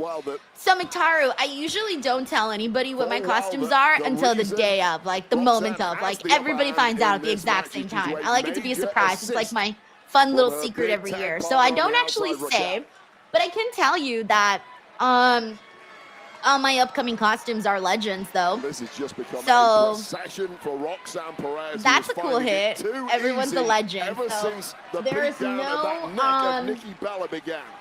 There's no active wrestlers that I have this year for my lineup. So there you go. That's your scoop. Thank you, Mictaru.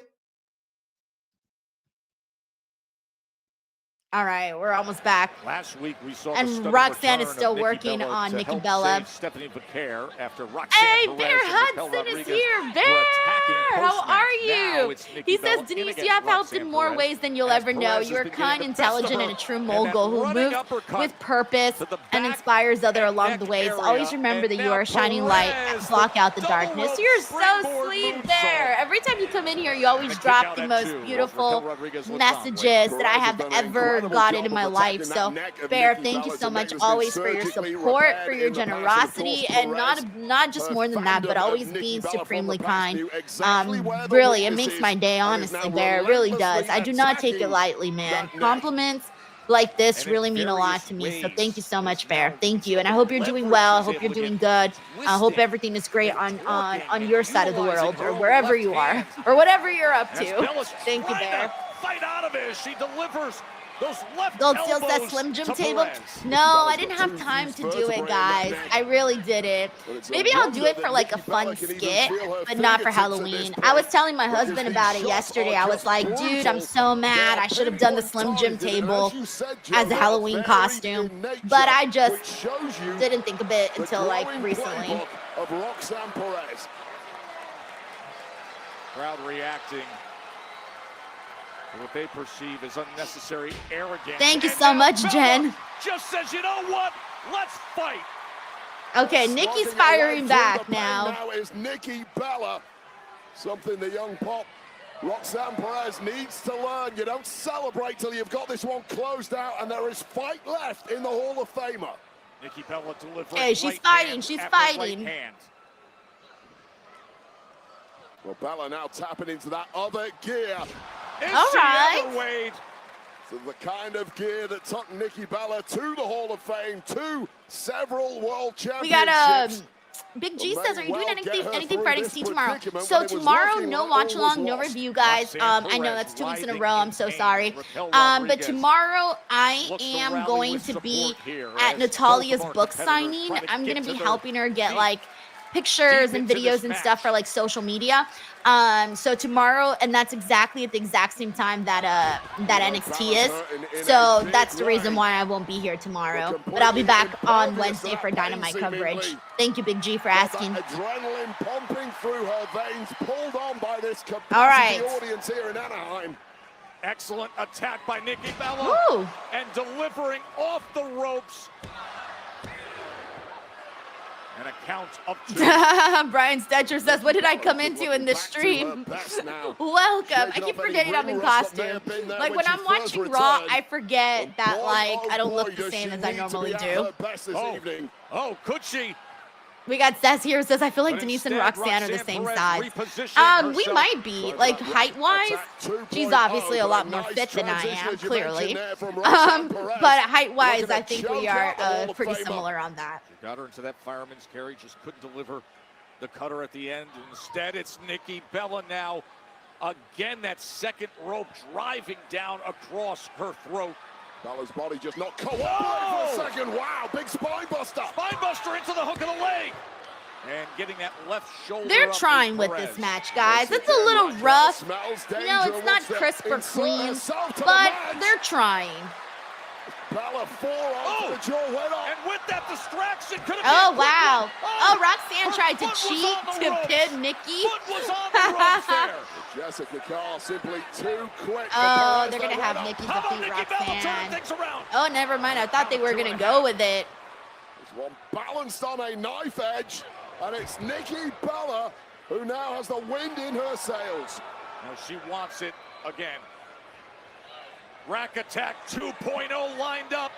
Perez fights herself free again with a series of elbows. Perez knows the danger. Wow, this match got way more time than I thought it would too.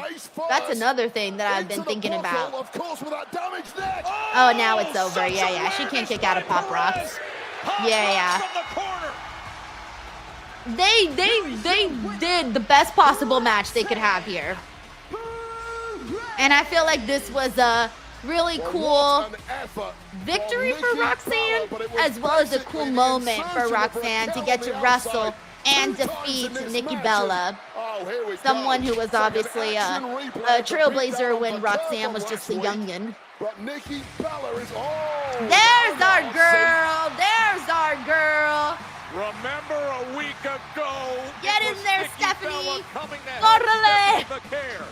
And now the oh, yeah, that's right. She's friends with Nikki, even though I think Nikki's gonna turn on her. I don't think Nikki is to be trusted. Now runs from nobody. Not even the world. Oh, Stephanie and Raquel, they need to go toe to toe. That we need to see happen. Look, Latina on Latina on Latina. Bring in Roxanne. I want to get everybody standing together. No, like I just want to see them all together.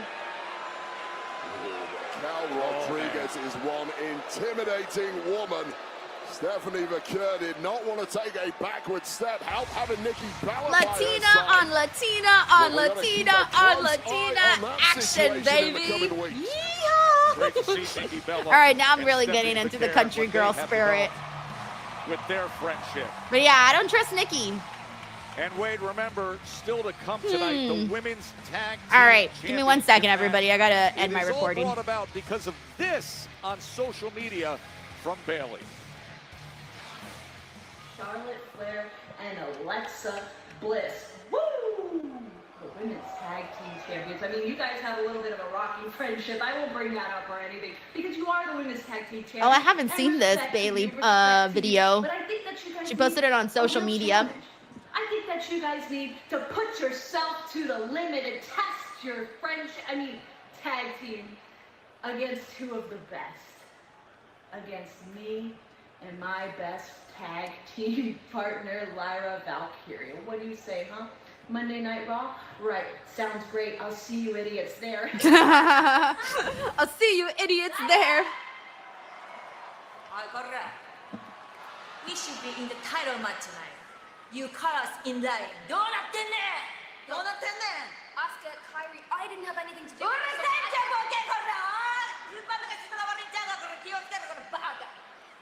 Man, I wish I knew what Asuka was saying, man. It would make it even better if I wish I knew. Why is Kyrie doing this?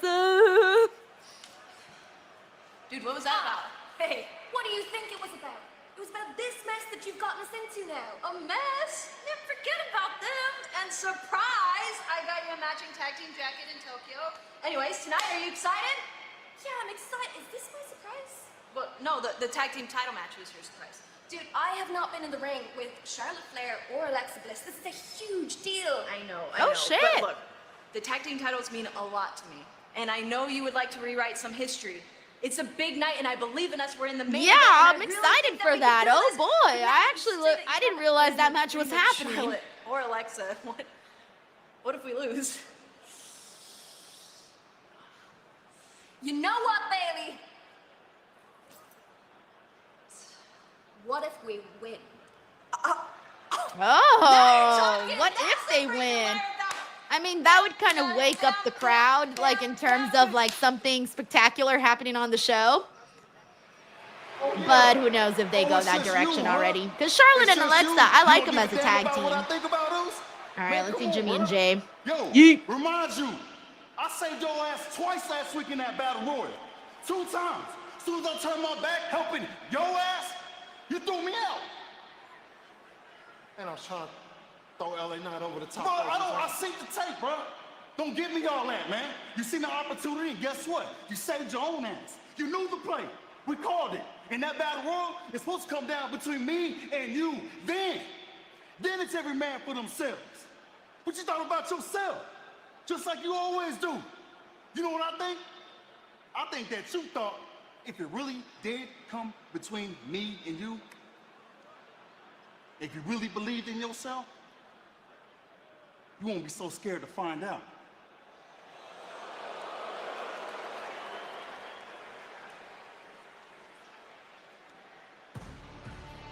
All right, we got Stephen Marchulli here who says, "How would you book Liv's return if you had the pencil?" Honestly, I would have her immediately confront both Raquel, Dominic, and Roxanne. From there, I would have her go after AJ Lee after she's done with Roxanne. Those would be the first 2 things I have her do, honestly.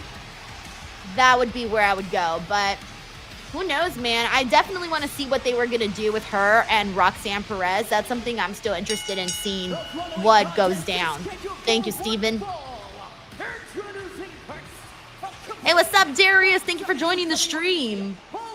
Hey, what's up, Sammy Swampai Boone? He says, did you know when we'll see Dr. Britt Baker back in AEW?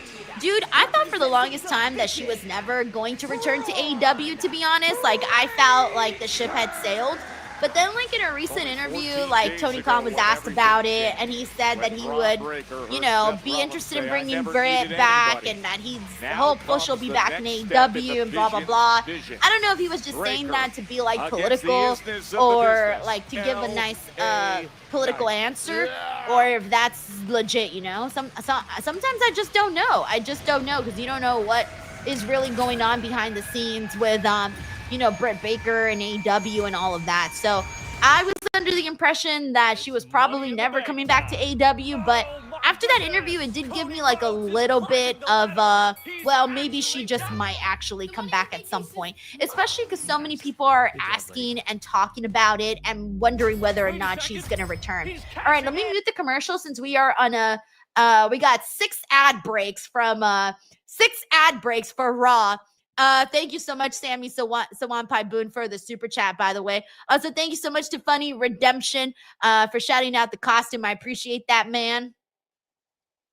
We got Tiffany Quinad who says, hey, Denise, with the costumes, do you dress according to what wrestling show is that night, or neutral with whatever costume you pick, whatever it's WWE, AEW, NXT, etc.? It's a great question, Tiffany. So I always pick my costumes like based off of what I want to be, but I choose what night to wear them based off of always something different. Sometimes I try to match them up to the show, but sometimes it doesn't really matter because they don't really match the shows anyways. Today I decided to use this one because I wanted to start off with a bang. And this was actually the first costume I chose for this year, was to do Hillbilly Jim. That was the first one that I had thought of for this year. So I thought, oh, I might as well kick off Monday Night Raw with this one on too. So I try to like decide that way. And there's some other costumes that I still need to do a couple more things. And so I thought this one would look cool and it would be the fastest to put together for the time that I had today. But the other ones, they're kind of require me to do a little bit more. So I got to figure all that stuff out. Thank you so much, Tiffany, for asking. All right, let me go through some more comments, see what everyone else is saying here. We got Victorio here who says Latina Heat. Yeah, that's exactly what that felt like. Jonathan says Latina on Latina on Latina, you say? Oh, man. All right, let me go through some more comments. Thank you so much, by the way, to Brian Eli for reposting the stream over on Twitter. We got Steven Marchuli here who says Roxanne has multiple WrestleMania main event matches in her future, plus a big face run. Oh, for sure. A lot of people never thought that they would see her as a heel, and some people were kind of taking forever to warm up to her as a heel. She finally won me over as a heel, and it's funny that that's like what she's doing right now on the main roster too. But yeah, like her and Liv Morgan one-on-one has to happen. Roxanne and AJ Lee one-on-one has to happen. Like Liv and AJ are the two big matches that I want to see for Roxanne Perez at some point. Thank you, Steven. Oh yeah, and at some point, I do think like once Roxanne Perez grows in star power, I also think that Roxanne and Rhea would be really cool. Like we've seen them wrestle already on Raw and all of that, but like on a main stage, I really truly believe that they can have a spectacular matchup. Thank you, Steven, so much. All right, we're back here on the show. War Games is headed to San All right, let me go Diego, through some more and comments the best way here. to catch every jaw-dropping moment is with a Survivor Hey, David Series Primero, priority thank you pass so much. He package says, Denise, from I notice every time you WWE's miss NXT official PLE, fan there are tons of hospitality surprises provider happening, on like how location. Paxley won You last get the Saturday. premium seating, Hopefully he won't miss memorable anything fan tomorrow. experiences, I all know, the right? It pre-show is always events, so and hard to try to incredible predict hospitality. Secure what your shows priority pass things today are going to at happen in. on-location You know, I try to watch every show, but every now and then, you know, there's other things that I want to like do, you know, and some other things that I can't really pass up on. But thankfully, actually, I was still able to do my NXT Halloween Havoc review, and I posted it on Tuesday, and it did really good. I was very happy with how well it did, and like a lot of people, like even though I posted it a day late, a lot of people still went to go check out the video. And so I was very, very happy about that. So just good stuff. Okay, here we go. All right, so Braun Breaker, LA Knight is next. Let's see how this does, because I don't really remember much about Braun and LA Knight. So, yeah, I'm looking forward to seeing what we get out of this. Thank you so much, David Primero. From Los Angeles, California, LA Knight. He has stated his goal as clear as could be. The World Heavyweight Championship. After Jay and DJ Buck will updates sell us saying things that the score is this 3-2 coming weekend. Jays. Ooh, thank you for the update, DJ. Self-proclaimed isness of the business now, Wade. But what he is right now is in a spot that should come with a warning later. Hey, what's up, JJ? What's up? Thank you so much for tuning in. Darkwing19 says, is there a costume you've always wanted to do but never had the chance to? Yeah, actually, I've always wanted to be Kurt Angle. And I still haven't done it. I was going to do it this year, but then I changed my mind because I thought the singlet was too expensive. And so I was like, nah, I won't do that. The singlet's way too expensive. Plus, I didn't really like the singlet that I found. So I really wasn't happy with the choices of singlets, so I decided to put a pause on it, and who knows when I'll eventually do it. Thank you, Darkwing. I promise you this, Joe Tess, whoever loses this match will absolutely not be next in line for a championship. All right, here we go. It's a great scene as they just size each other up.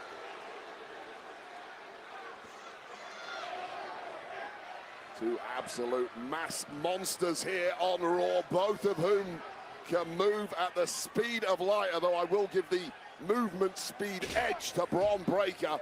Perhaps the fastest man I have ever seen, at least. Yeah, I was going to say, it's very hard to find people that run the ropes the way that Braun Breaker does, or hits a spear the way that Braun Breaker does. You know what I'm saying? Who has been in these high-level clashes several times in his career.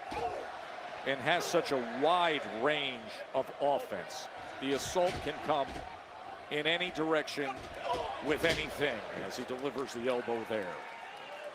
Simply moved too quick for Braun Breaker on that one, who is a little slow out of the blocks right now.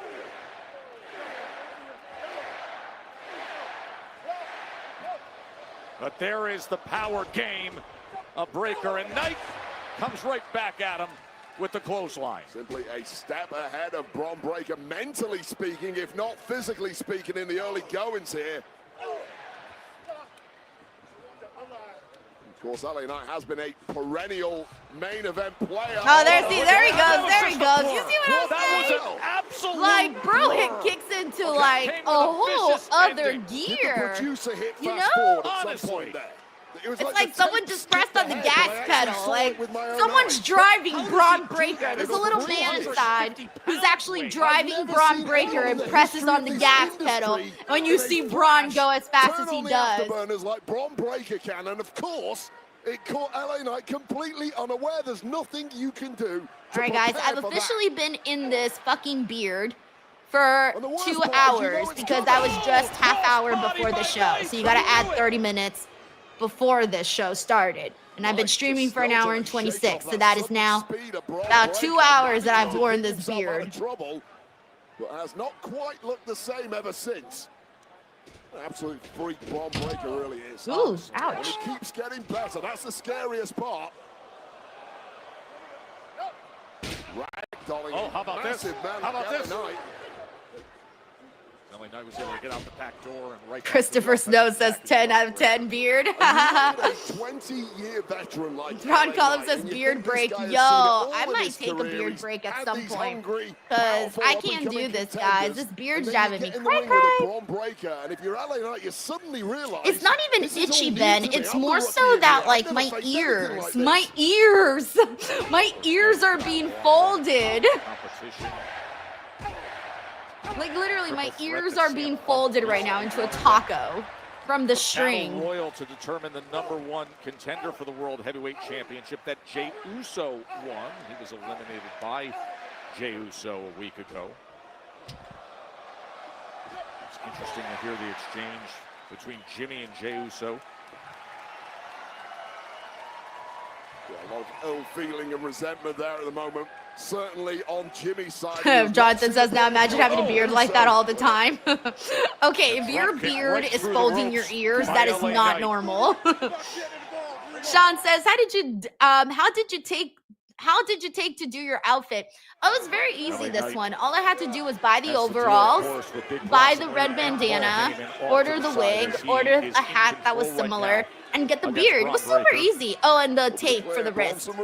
Super easy to do. So this one wasn't really like hard. This was probably one of the easiest ones I've ever done. I went the easy route this year. Like everything that I got was, nothing that I did this year was like DIY. Where like, ooh, ouch, Jesus. Like nothing that I did this year was like hand painted like it has been in the past. Everything was just a lot easier this year. Announce desk as LA Knight is Thank you, Sean. Such a tough position here. Championship gold right in front of these two men. That's what they're aiming to climb to. That's what they both aspire to win in this game. Of course, Jey Uso or CM Punk will be winning that championship this Saturday at Saturday night's main event.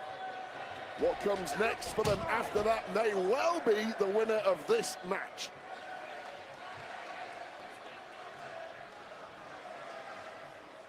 I swear before you came on board, Joe, honestly, all right, how are we feeling about Raw so far, everybody? Every time. We got about an hour left on the show. What are we, what's the scale of 1 to 10? What are we thinking? What are we thinking? 1 to 10, where are we at right now? Who he's breaking into the corner. I mean, the velocity that he just smashed him against the turnbuckles, whipping him into the corner. Well, I'm worried about the condition of our desk. I'm worried about the condition of our turnbuckles. All right, we got some 3s, some 5s, some 7s. Oh no, a 2, a 6, a 6, a 5. Okay, so far it seems to be like mid. Tiffany's a 7. Oh, that was nice. Lateral press, as we've seen time and again, when he thinks he's in 5, control, 5, he's 5, going a to 4, let a you know. 4.5. Off the Whistling cover Beardo into the says, push-up. glad I'm not paid for it. We got a 5, a 7, a 3, a 6, a 7, a 7, a 5, an 8, a 7, a 3, a 6, 7, 5, 7. Ben says not the best. Millie says 5. Doing that with aplomb. Spike Hunter says if it wasn't for this chat, I would have changed the channel by now. Oh my gosh. Tracy says, what's the question, Denise? I was just asking people what their score of Raw is so far on a scale of 1 to 10. So it seems like everyone's like so-so on the show today. I think if the good thing is we have the women's tag team match coming up, so that's going to be, I think they said that's the main event.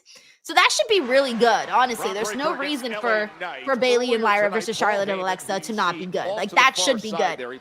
I think the ending of Braun Breaker and LA Knight should be strong. And then I don't remember what else has been promoted for the show. Just off to the side of our announced desk Jacob right Tatum now. says, will Santi wear a costume too? I told him to. He said he said he would put something together, so let's see if he remembered, because I told him last week. Reg is going to get dressed up too on the Wednesday show. I told Reg last week that he has to get dressed up, and he said that he was stressed about it all this weekend. So apparently this whole weekend, Reg was super stressed out about his costume. And I was like, good, you should be. As it says on his trunks. So Reg will get dressed up for the Wednesday show too. The future is starting to feel very much like the present. We got Robert here who says I give Raw a 6.5. To the floor. Brandon Hopkins says, I'm thinking that the main event will have new tag team champions. Honestly, I think so too, because they're not really doing that much with Charlotte and Alexa over on SmackDown. Like, they have them do a couple of little backstage segments, but it hasn't really gone anyplace new. Here comes a potential super spear. No, he got him with the shoulder. He goes up high with the flying shoulder tackle. That is something. Jacob Tatum says, what rating would you give it so far, Denise? Honestly, I'm a little bit more of a jerk when it comes to my ratings. I'm a little bit more mean. So I'm going to say like a 4.5. But I'm kind of a jerk when it comes to my ratings. Like, don't ever have me do a ratings column or a ratings show. Legit King on YouTube says, Denise, when did you grow a beard? Do you like it? It's so pretty hot. I got it to match my eyes. Offense. Keep your opponents guessing. That is how you beat top-level contenders like an LA Knight. Guys lower down the card, you can just go smash mouth. Hey, what's up, Lee? How's it going, man? That tough, but with guys like LA Knight and of course beyond that, Melissa Cabello says Reg will be Mox. Moxley's a very easy costume to do.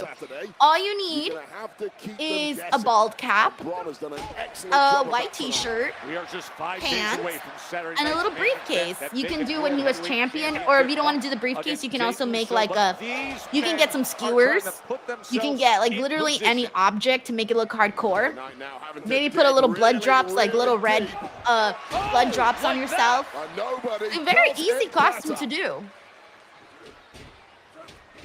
Knight reverses things. How about it? All right, see, I said the ending to this match should actually be good. Oh, LA Knight is now smelling the Kavorka. And whose game is it?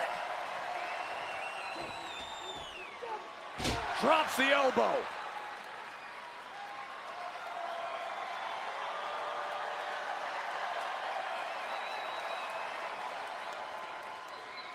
Looking to close this one out for good, perhaps. He has been in so many big matches. Here we go. Oh, he was going for the BFT. Got a look in his eyes. Oh, man, that knee from Breaker. Braun Breaker more than equal to it. Simply a step ahead once again here. Also, shout out to Whittling Beardo who's also with us. And Ali Hamza who's also with us. What's up, Ali?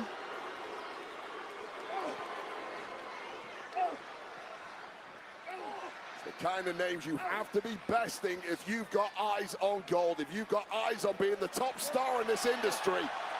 Oh shit! Oh no! Great counter by LA Knight. Such an ugly landing for Braun Breaker, who came down hard on the back of his head. Hey, Raphael! Happy Monday! Hope you're doing good, Raphael. Braun Breaker, Paul Heyman knows it.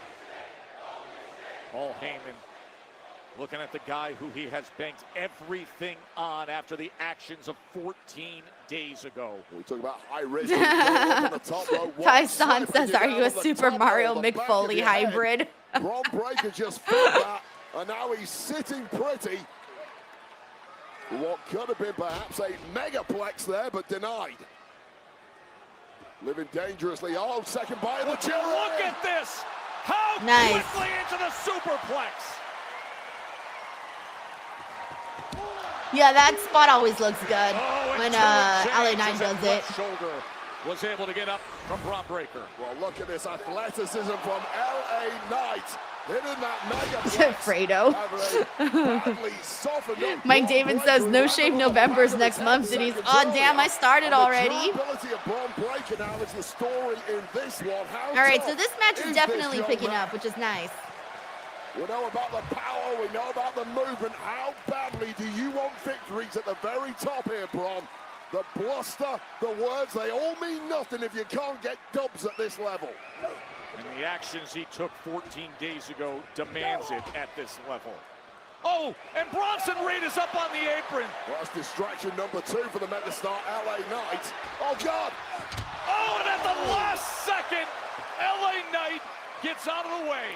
And that could be a separated shoulder there for Braun Breaker. His shoulder connected with that steel ring post. Very, very hard indeed, as you see Bronson Reed now getting wiped out.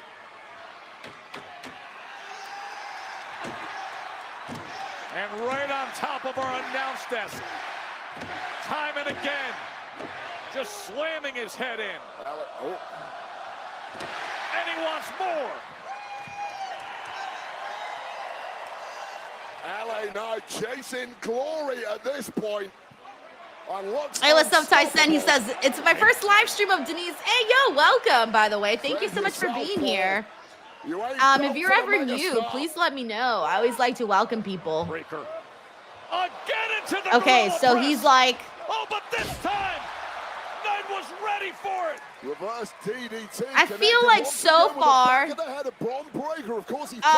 have been some moments in this match that have really helped LA Knight look good in here with Braun Breaker.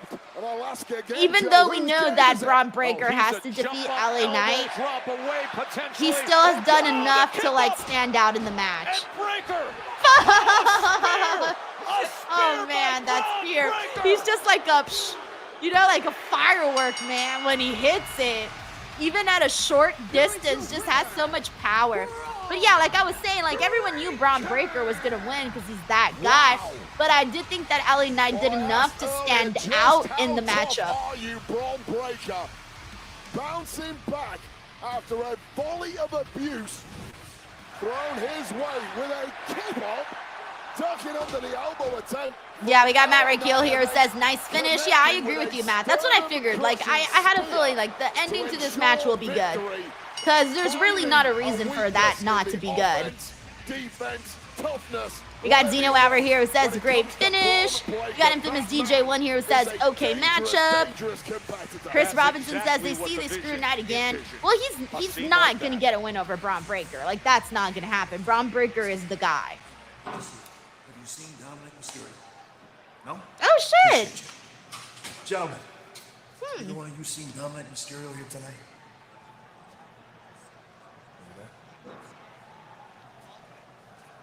Thank you. Good to see you. Hey, Dom! Oh, wait, Dom's bonding again with the Grande Americanos, doing little fist bumps and everything. What was that? I was just telling them that it's pretty crazy that they would do something like that in attacking Penta and Rusev. A thought that they came up with all on their own, because now Penta and Rusev are gonna go after them, which is just, it's crazy to me. Oh no, Dom's plan backfired. He thought that was what was gonna happen, but in reality he's gonna get screwed into a three-way. What's wrong with you? Penta and Rusev are not going after Los Americanos. Come on, Dominic. Penta and Rusev are going after you. At Saturday night's main event, there you go. That's what we were all expecting, that triple threat. Against Penta and Rusev, but in a triple threat match. I came up with that. No hablo inglés. All right, that was my favorite Dominic Mysterio moment. He was trying to get out of the match by saying he don't speak English. All right, that was funny. Man, look, I heard what you said, all right?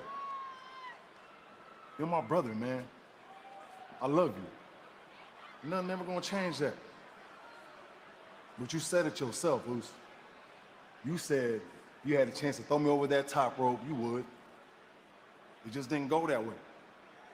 And that ain't my fault either. So why come to me before the biggest match of my career think I betrayed you, man? And on some real stuff, Luce, I got a lot on my plate, man. Roman, the Vision, CM Punk.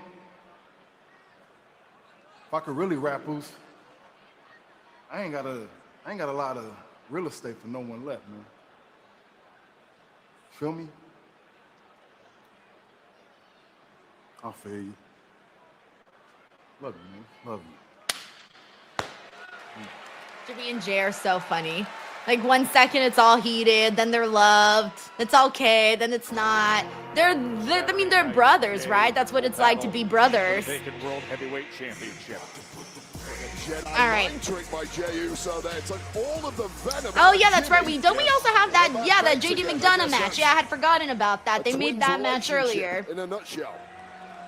Yeah, JD McDonough versus Sheamus. This should honestly be a good match. One of the things that I've been saying was that I like JD McDonough in singles matches. So hopefully they get to let him show what he can do in this next one. 195 pounds, representing the Judgment Day, JD McDonough.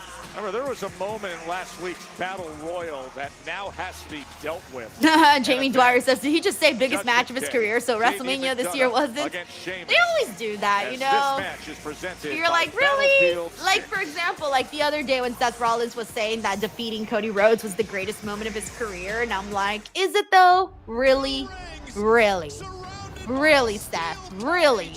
I highly doubt it. Sometimes they just be saying stuff like that.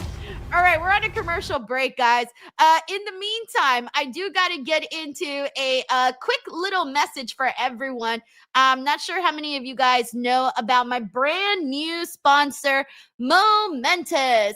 Plenty of companies claim to be the best, but few can back it up. Momentous is trusted by every NFL team and elite performers because they actually deliver on the quality and the results they promise. Like all of their products, their creatine is built on transparency, backed by science, and held to the Momentous standard. Creatine isn't just for muscle gains. It's essential daily fuel for your brain, body, and long-term performance. Something that I've honestly recently learned and have been taking more creatine and incorporating it into my personal diet.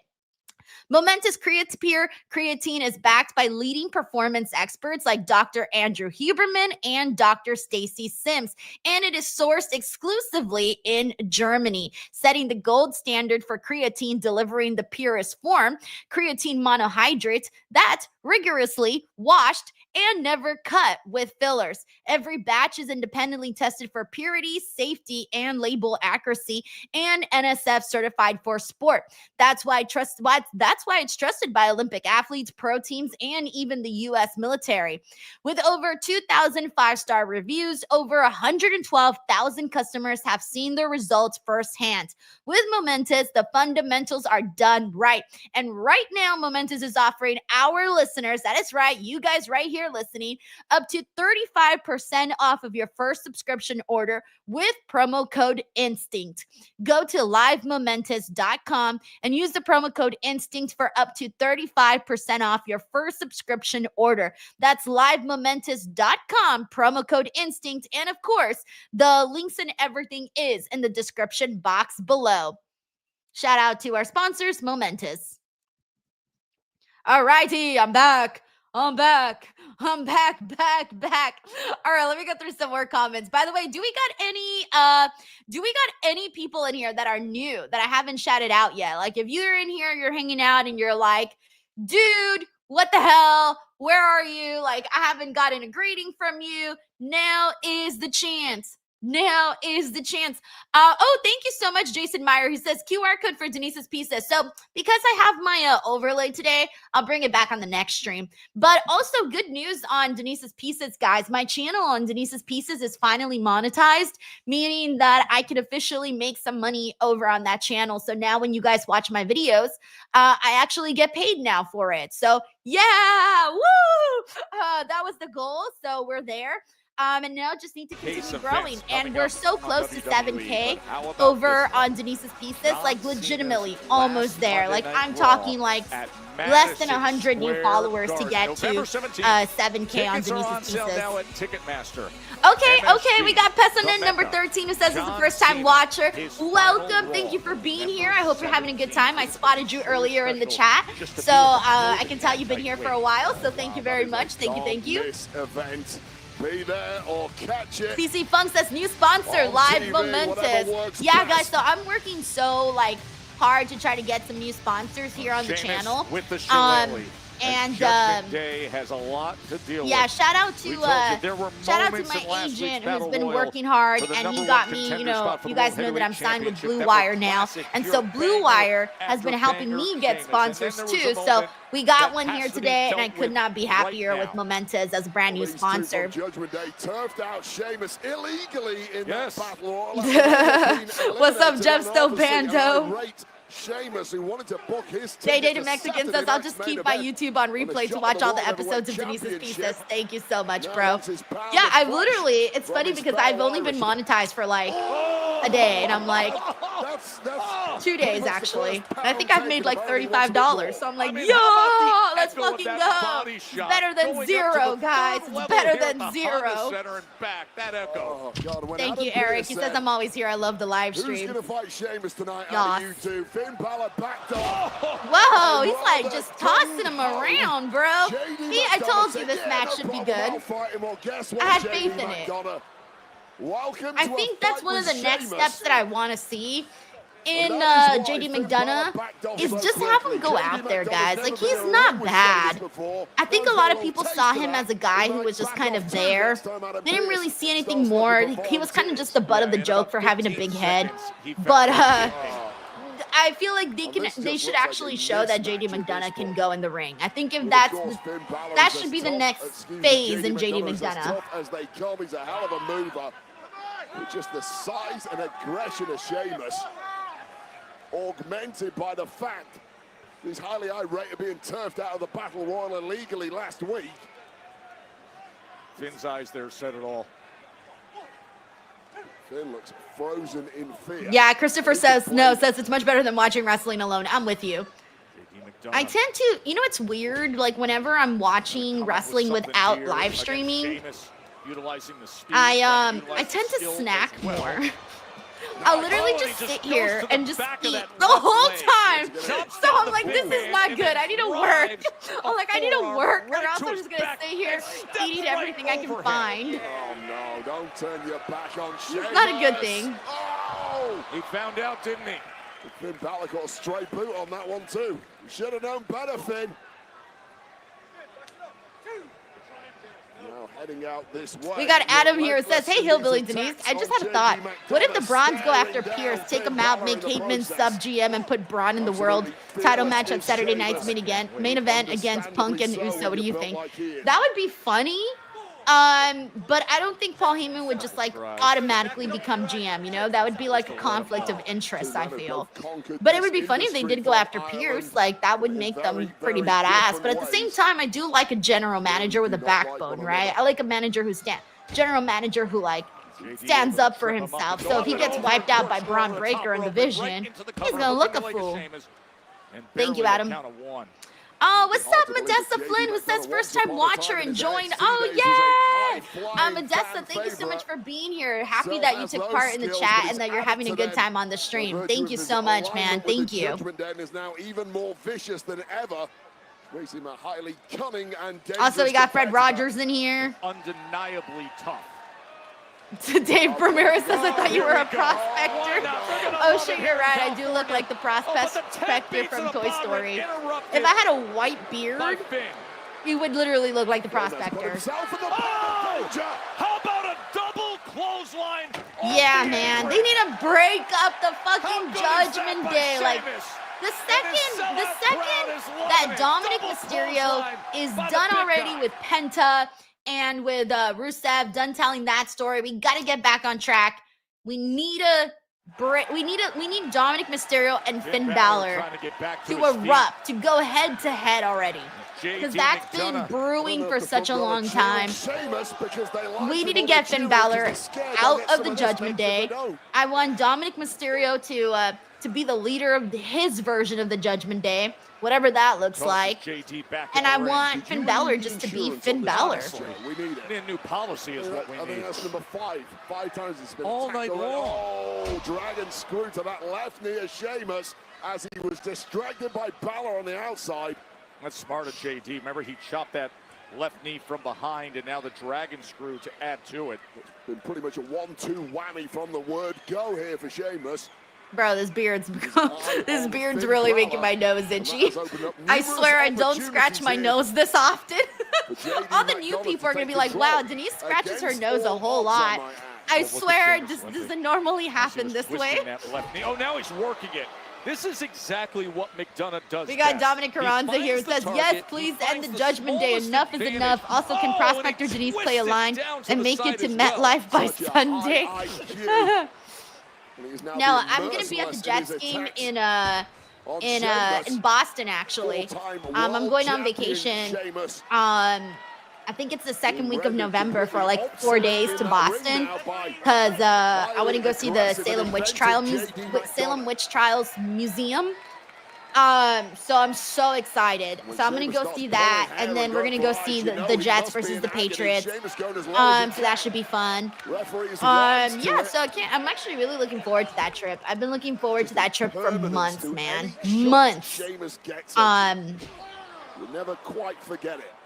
It was my husband's gift to me, but I don't remember if it was my birthday gift or my wedding gift, like wedding anniversary gift. It was some sort of holiday. I don't remember what holiday we were celebrating. Christmas, an anniversary. I don't even remember what it was, but that's the gift. And Big right hand. so, like, it's been so many months, I don't even know what we're celebrating anymore. We're celebrating something. Who knows what it is?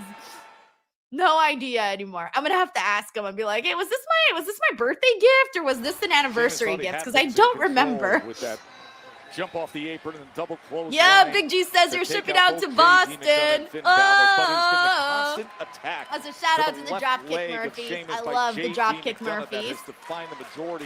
They're so fucking awesome. Been really smart. He's waited for Finn Balor on we got Jared Palmer's here says, "Do we see a heel turn tonight in the main event?" You mean by Bailey to Lyra or Lyra to Bailey? Jared. I don't know. I actually have a feeling that we might see Bailey and Lyra win the titles just like that. And if they don't, then maybe it's possible due to a heel turn, possibly.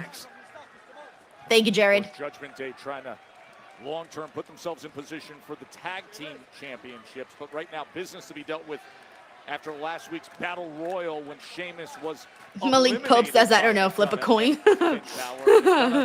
Step to this challenge that like whatever it is, we'll Adam celebrate. Pearce wanted to see. Of a fight JD McDonough has put Jared up. Palmer says he's thinking Charlotte on Alexa. Dangerous landing James there for Mangold, both what's up, men, James? He but says, are you dressed like smartly, Hillbilly JD Jim? McDonough managing Yes, to I cling onto a am. rope at I some swear, I'm point. not just some random He's cowboy himself. or like farmer or whatever. I'm not just some random. That's why, like, I made sure to, like, when I, the good thing about having a wrestling audience is that people know it's a wrestler. I don't want people just to assume that I'm not a wrestler and that I'm just being weird. Going in for the kill is JD McDonough. Nice. 450 into the cover. Hey, what's up, Samuel Muscle? There's so much range. Jason Myers says, if title switch, does that mean Charlotte versus Alexa? I mean, I feel like every time people break up, they always end up beefing against each other, but they can be in a situation where they're not. I almost don't want to see Alexa and Charlotte separate because it's helped Charlotte so much. Like, let's not forget how much the pairing has helped Charlotte a lot. Like, it really Not has. just what he's absorbed, but what he has been doing in attacking Sheamus has taken something out of him as well. Look at the welts on the body of JD McDonough. He's glowing red from head to toe. That certainly ain't a Also, welcome to the stream, Jeffrey Block. You want to test the punch and kick resistance of Sheamus. You want to know if he can withstand it when he looks at you and says, See, I like that JD McDonough is like slapping me in the face. More, kicking and I've done slapping that before. Sheamus right now. Petrifying. Sheamus is like, nah, bro, you're gonna have to give me a lot more. Hit me harder! Hit me harder! that does to an opponent mentally. That's not what Sheamus sounds like, You but, can't you know. hurt me. That's the message. Nah, JD bro, now you realizes fucked up! it. You fucked up! You fucked up! Those welts are just growing. I feel like by that would be the second. normal chant at that point. Everybody should have been chanting, you fucked up, the second he started getting in Sheamus's face like that. Back of JD McDonough, smashing right into the knee of Sheamus. Wow, Sheamus just loves being in the trenches on a Monday night. Doesn't quite feel himself until he's tasted his own blood. He tried to line up 10 beats of the Bogren earlier. JD McDonough, who, of course, grew up knowing what an Irish drum sounds like and feels like, didn't want to become one. Looking for a quick one here. Well, this brawl is just another night in Ireland. Well, these two doing that Ireland pride. Are they ever? And Sheamus looking to deliver more. Oh damn, I thought he was gonna drop him. I'm like, oh no, he's gonna drop JD McDonough. He wants him. Go ahead and count along, Anaheim.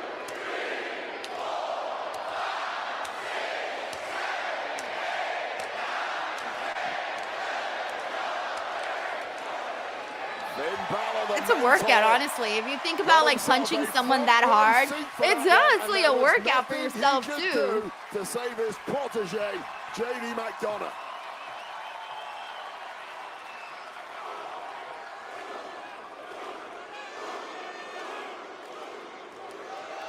Row kick incoming. Oh, big knee! Well, JD McDonough needed all of his pace and reflexes there, just about catching Sheamus in the nick of time. But can he make it count here? JT, pinning combination.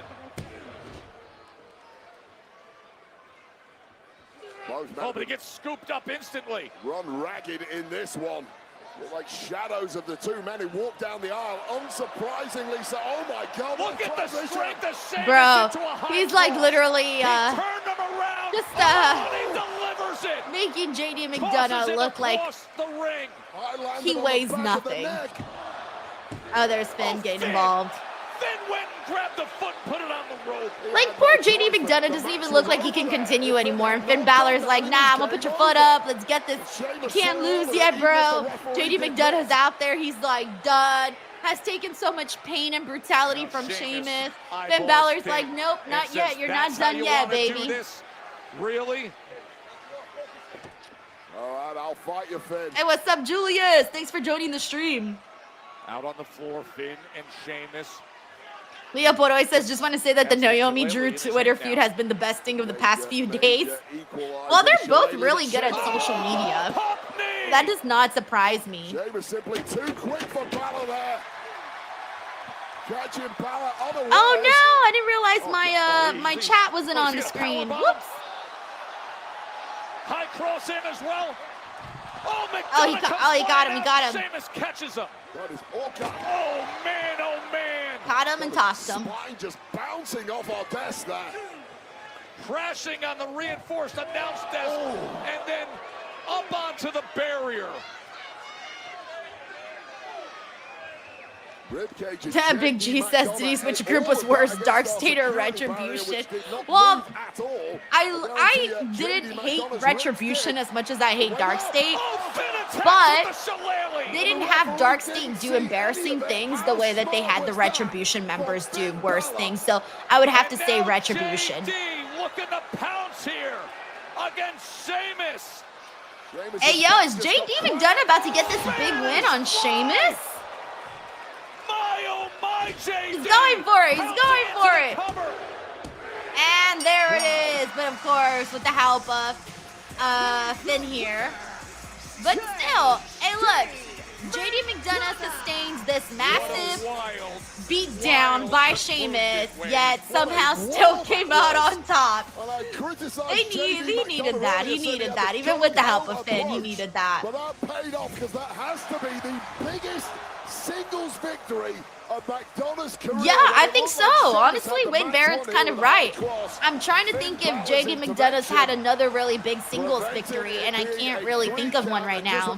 So he might be right about that. No, he had not bouncing back with a shillelagh. Yeah, we got Van76 here who also says big win for JD. Yeah, that's what I'm thinking too. I'm trying to think of another one. I can't really think of another one besides his tag team title wins. But singles-wise, this may be it. We got infamous DJ1 here who says Wade is correct. Big Cheese says if you listen to Finn, you're gonna win. The Spanish Fly and the victory, JD McDonough.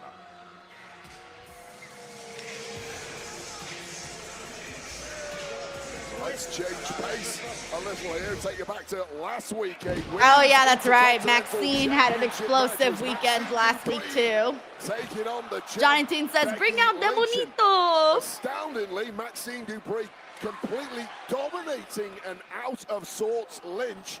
Maxine was closing in on victory.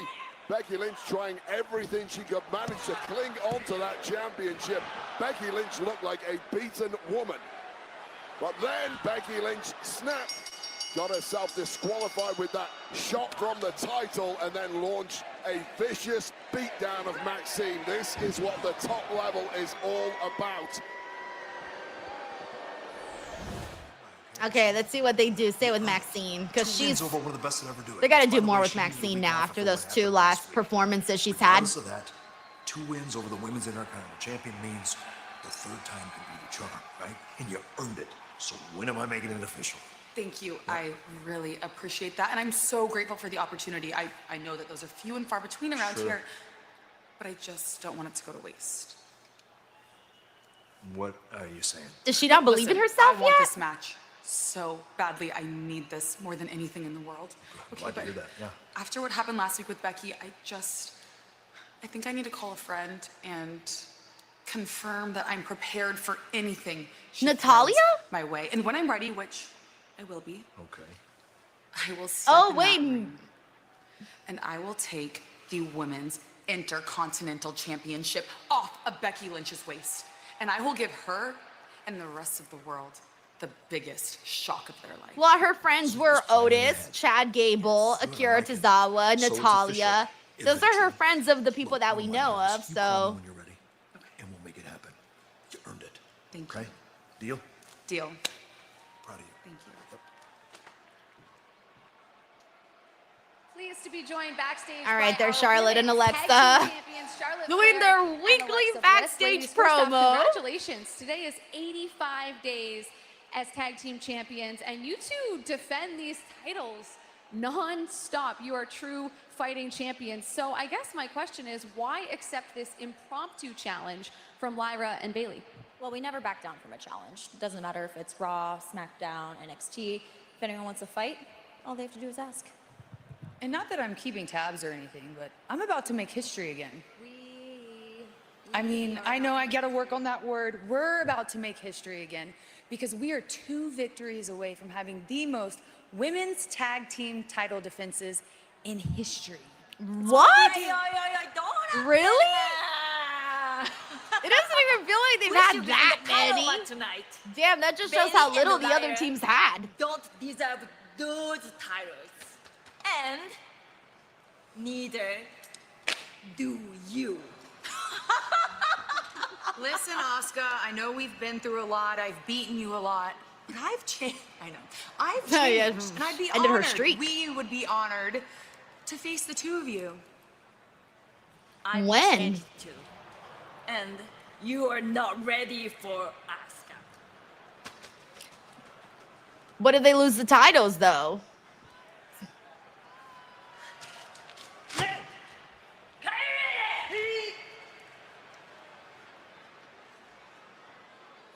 I like Alexa's face. She's like, what is going on with these girls?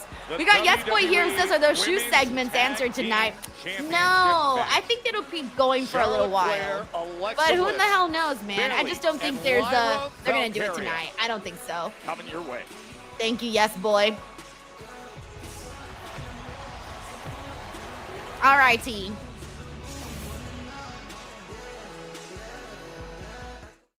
We are down to the last 30 minutes of this show, and we still got the big tag team match coming up next. So overall, it's been like a so-so episode of Monday Night Raw. I was hopeful we would get a little bit more, but it's not really looking like they're doing too much.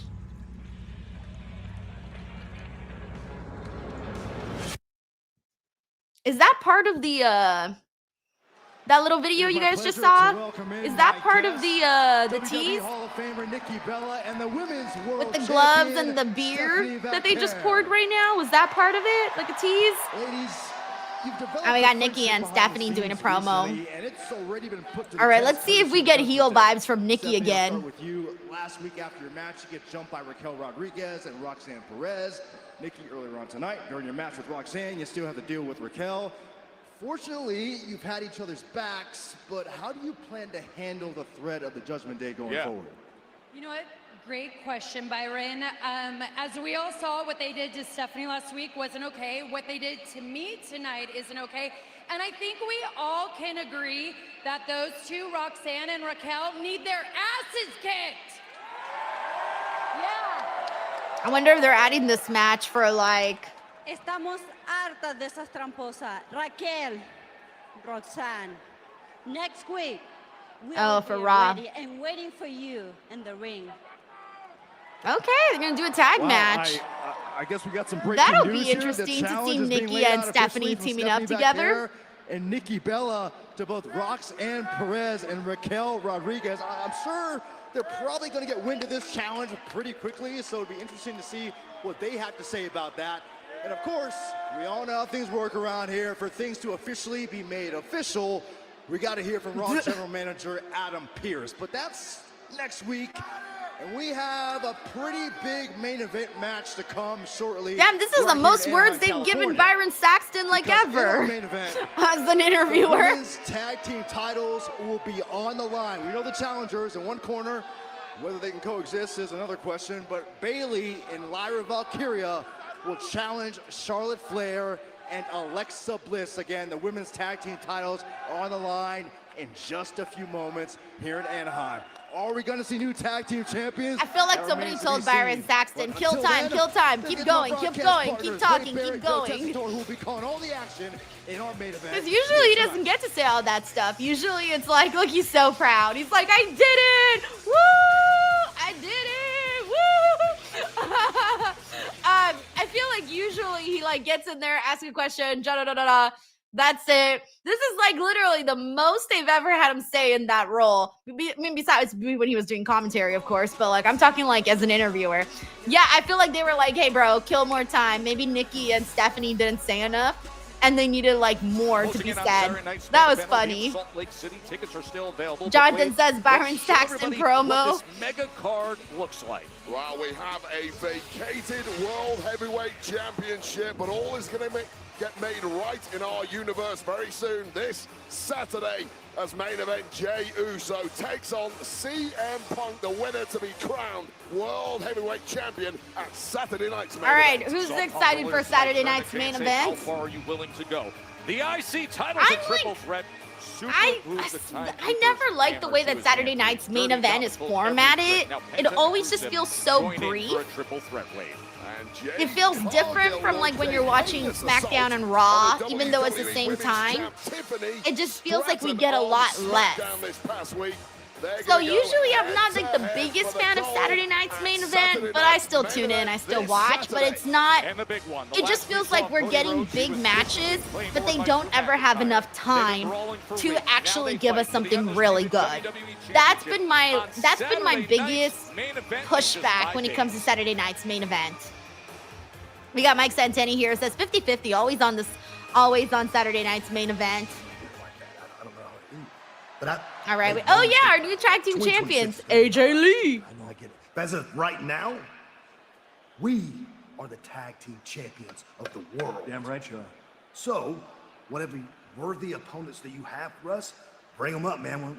All they need is one match, and they already have just as many as the last tag team champs. Pierce, you too busy back here to see me handling Sheamus? You gotta be kidding. Judgment Day needed their business handled, and we did that. We don't hide from anybody.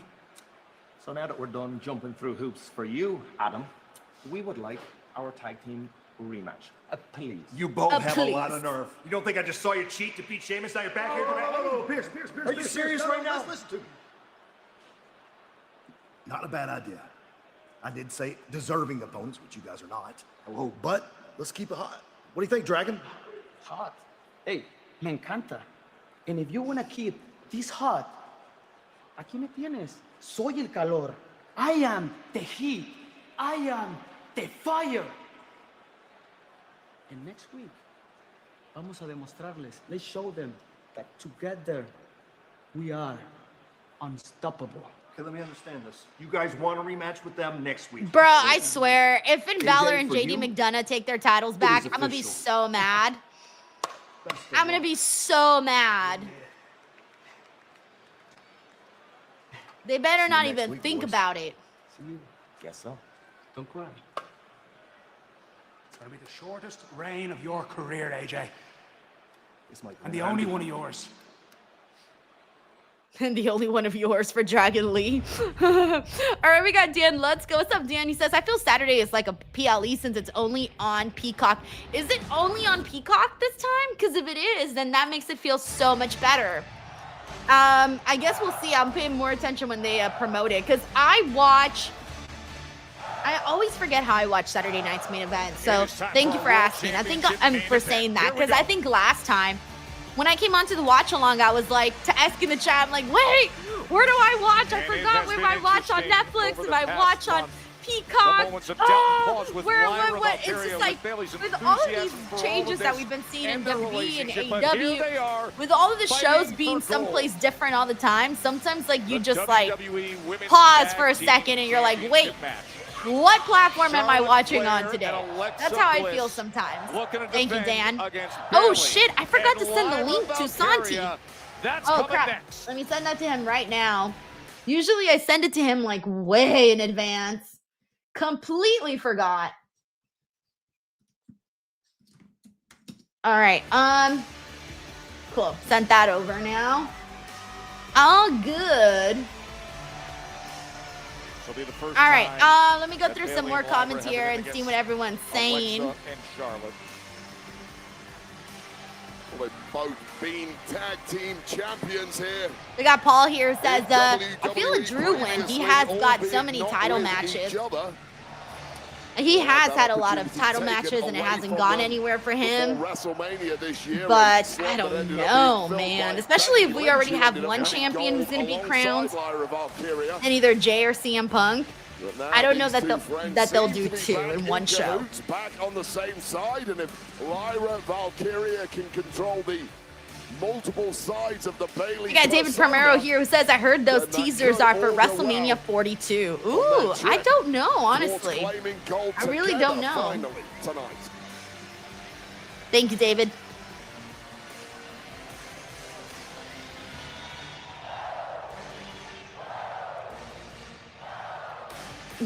Christopher says Santi's dressing up as Mae Young and Mark Henry's love hand. That would be so funny. Andrew says, dude, what the hell? Denise, where's my cool shout out? Wait. And now, ladies and gents, I am going to present the DWO member of this moment on Monday, October 27th at 7:10 Pacific Standard Time. Andrew Pettijonas! There you go. You got the shout out of a lifetime, Andrew. The shout out of a lifetime. Do you think so? We got Cool Dream here says, so removed from SmackDown, they really defended W tag titles that much? That's what I was thinking too. I didn't realize that they defended the tag titles that much. But I think what it is that the other teams didn't get a chance to defend them that many times. Because if you remember, for a while, it felt like the women's tag team titles were cursed. Remember when we thought they were cursed because everybody was getting injured and teams weren't lasting long, and you know the women's tag team history has been for the titles has been an interesting one. Thank you, Cool Dream. Also, we got Squishy Cat in here. And Ryan Soley. What's up, Ryan Soley?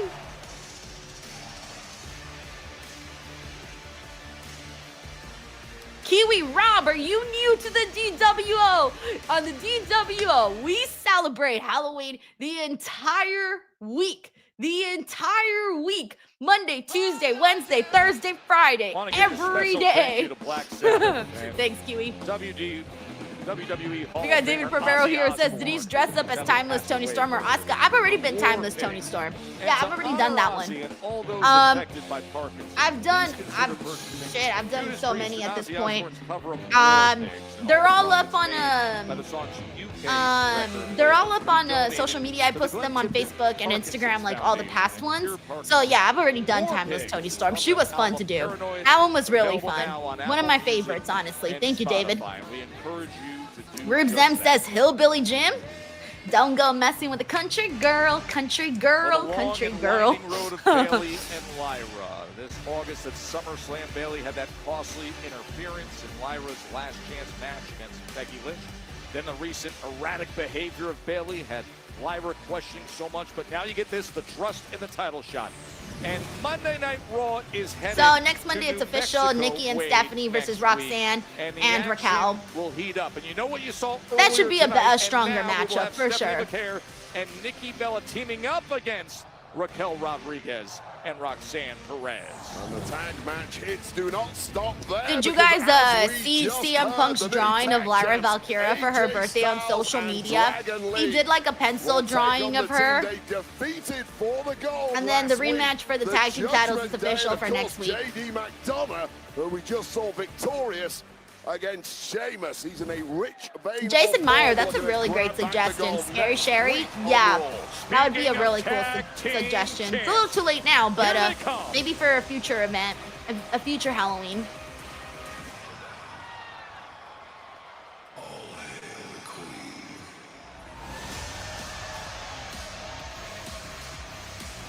One of the greatest of all time.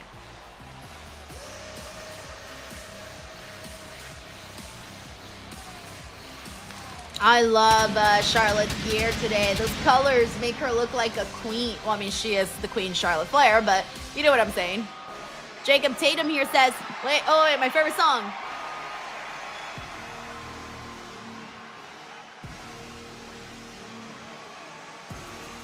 Alexa Bliss and Charlotte Flair, the champs. And they've gone from the most unlikely. That's my favorite part. That's my favorite part all the time. Anyway, Jacob Tatum says, does Jade beat Stratton after turning full heel? Oh, it's hard to say. It's so hard to say. I didn't imagine Jade winning right now, but dude, she felt like a badass as a heel. She really did. She felt super cool. But I want to see her take. I don't think I want it to happen just yet. Like, let it breathe. Let them continue to tell this story. Let it go a little longer until Jade finally gets her title. I think they can do more with Tiffany and Jade instead of just having Jade win it right then and there at Saturday night's main event. Thank you, Jacob.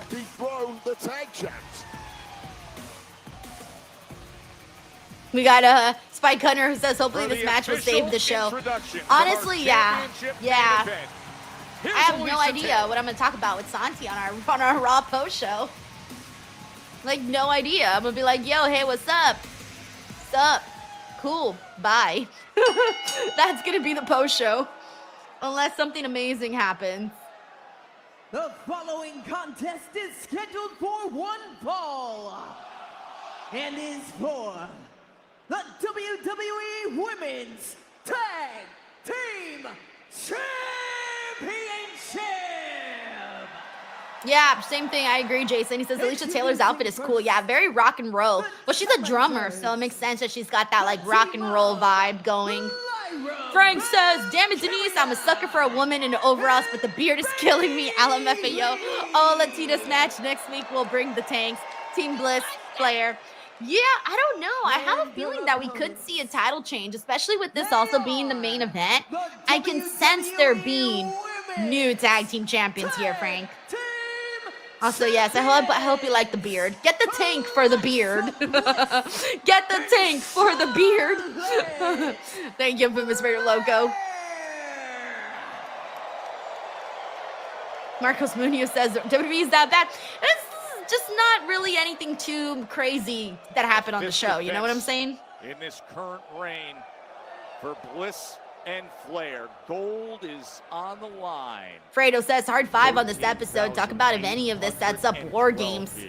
Sold out on the center. It has been a spectacular evening of action, and it culminates right here with the Women's Tag Team Championship match, Wade, as we are underway. Hey, what's up, Hill? How are you, man? Sheldon updates us saying it's 4-4 between the Blue Jays and Dodgers. Ooh, damn. Well, trying to score a quick one here was Bliss. Perhaps the greatest resumes of any tag team in history. A combined 19 world championships between them.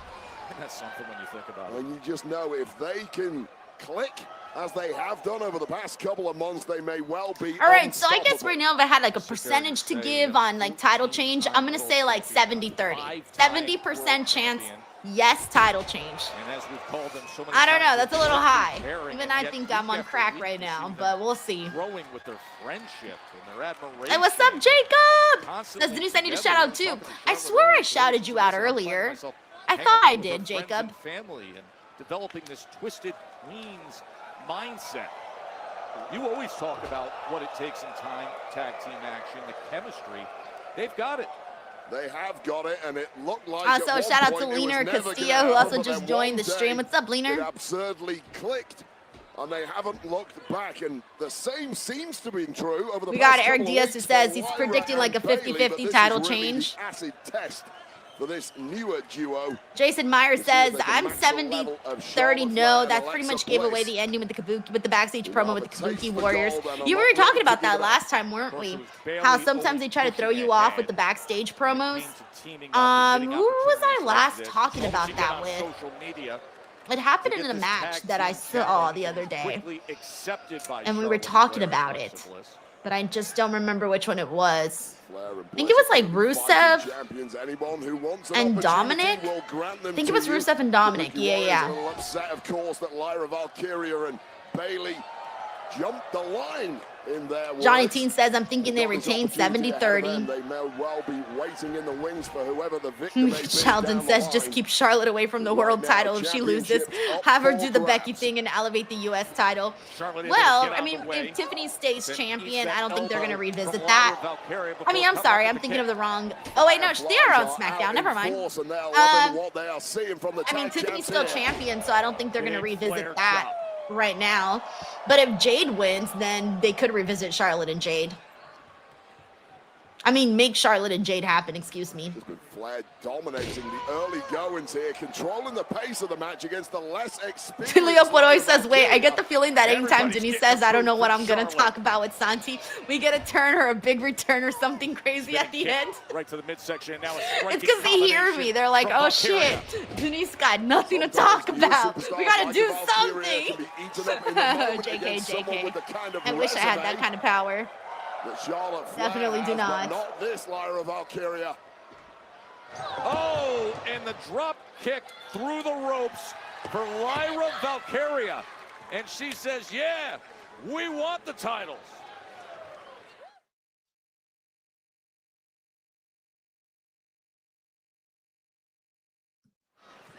So Lyra Valkyria able to drop kick through the ropes out onto the floor against Charlotte Flair. And now the press and the hook of the leg, but barely a count of one. That was impressive from Lyra Valkyria because Charlotte Flair was just having it way too easy in the early goings of this one, as she has a tendency to do. Such is her Sheldon Jackson says this whole show tonight could have been an email, honestly. Oh, it breaks my heart. It breaks my heart. Offense going back the opposite direction. But even getting the damn, yes, please says Denise, you gotta call out Santi later. He never said a word about the Blue Jays until recently. Now he's their #1 fan. Maybe it didn't come up. Maybe it just didn't come up. Crowd here in Southern California chanting, we want Bliss, we want Bliss. And you can see Charlotte Flair does as well, reaching out for that tag attempt. Also, I'm not sure how many of you guys saw my video that I posted earlier. I did a WWE Hot Topic haul video, and that was actually inspired by the DWO community because everybody kept telling me to do a Hot Topic haul video. Like, I had several people leave that in the chat, so I officially did it. And it turned into like a haul/fashion show video. So if you guys want to check it out, check it out. So far, it's doing pretty good. I'm really happy with the feedback that it's gotten as well. So it's totally different than what I've done in the past. So if you guys want to check it out, it's up there right now on the channel. You guys can watch it afterwards if you want to. And if you enjoy it a lot, hype it up so maybe more people can find the video. Thank you so much. Now Alexa Bliss gets to work against Bayley.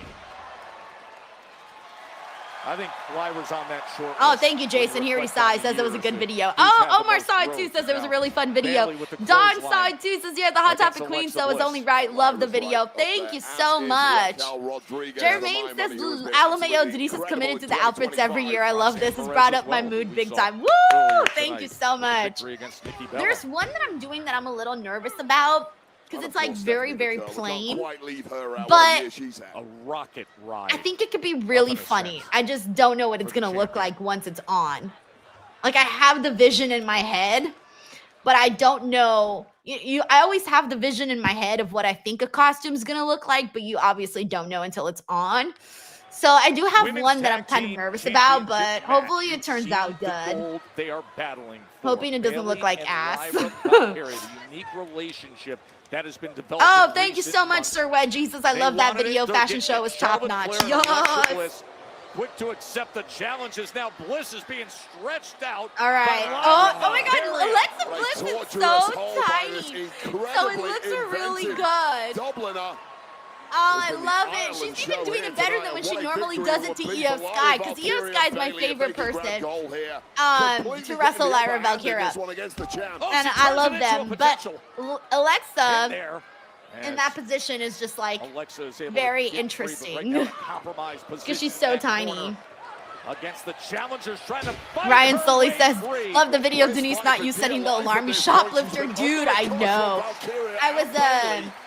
There was a video of like that I showed where it shows Rhea Ripley's mannequin. The mannequin is wearing the Rhea Ripley shirt. And so when I walked to get a video of the mannequin, I had all the shirts with me and I was too close to the entrance, so the alarm rang. And I was like, oh, that's embarrassing. Late kick out there from Alexa Bliss, and you get the sense that Bayley and Lyra Valkyria are inching closer to the gold here. Tag team championship match. We got Frank here who says, yes, love Hot Topic video, loved all the shirts, hyped it. Thank you. And he says, also saw your Jets winning video was hilarious. How did SRS take it playing costume D-Riders? I was saying earlier how that costume is very easy to execute, but I'm not going to do it. I thought about it. I thought it would be funny if I did, but I'm not gonna. And then SRS was so pissed about my video. I called him today just to talk shit. Here comes Flair. Thank you, Frank, and for hyping up the video. Thank you. And when you are a challenger for gold. Infamous DJ one says the Jets video was funny. Yeah, that was fun. You that do it better than this. All right, Charlotte's cooking. Charlotte's cooking. The last thing you want is a fresh Charlotte Flair running at you. Walk over clothesline. The Queen has arrived for this championship moment, hasn't she? Now taking full control of the match, guarding those tag championships on her own. Alexa Bliss is down. Alexa Bliss may be out. And Charlotte might have to win this one solo, something she is more than capable of doing. I love when Charlotte gets into it. When she gets into it, oh, it's so fun to see. Could put away this tag team championship match. Oh, thank you so much for the kind comment, Carlos. Thank you, Raphael. Watch the haul video too. Thank you. From the top. Oh! She got it. Double moonsault. But Lyra able to get that left shoulder up. The game-changing queen of this entire industry, looking as good as ever. Yeah, she looks phenomenal. Perfectly on both opponents. I love when a moonsault lands so nicely. When it actually lands like perfectly on the person, I get a kick out of that. Big boot to deal with Bayley on the apron. Keep your eye on oh, that gave Lyra just enough time to recover. Valkyria. Just enough, Wade. Valkyria really needs this tag, and something has snapped inside Bayley. Oh, we've seen this before. Ding, okay, is Bayley snapping a good thing or a bad thing? Lyra's not even moving right now. Okay. She's finally moving. This is the Bayley that at times has confused Lyra, but has helped her out as well. The big knee from Bayley. Control this side of Bayley. And you have a great pathway to the gold. And Charlotte draped over that second rope as Bayley continues with her assault. Oh, God. Bayley has gone absolutely berserk here. Driving the elbow. Oh, yikes. Kicking Alexa Bliss off the apron. Well, Bayley finding that top gear just when it was needed. Finding a knee just when it was needed was Charlotte Flair. Whoa! Belly to belly to have the goal right here, and Charlotte survives it. Such a late. I don't know, guys. I can't decide. Usually around this point, I can kind of feel it out and see whether or not we're getting a title change. Earlier, I was saying I was 70-30. Right now, I'm like 60-40 now. Kind of gone down a little bit. Will the reign of Bliss and Flair continue?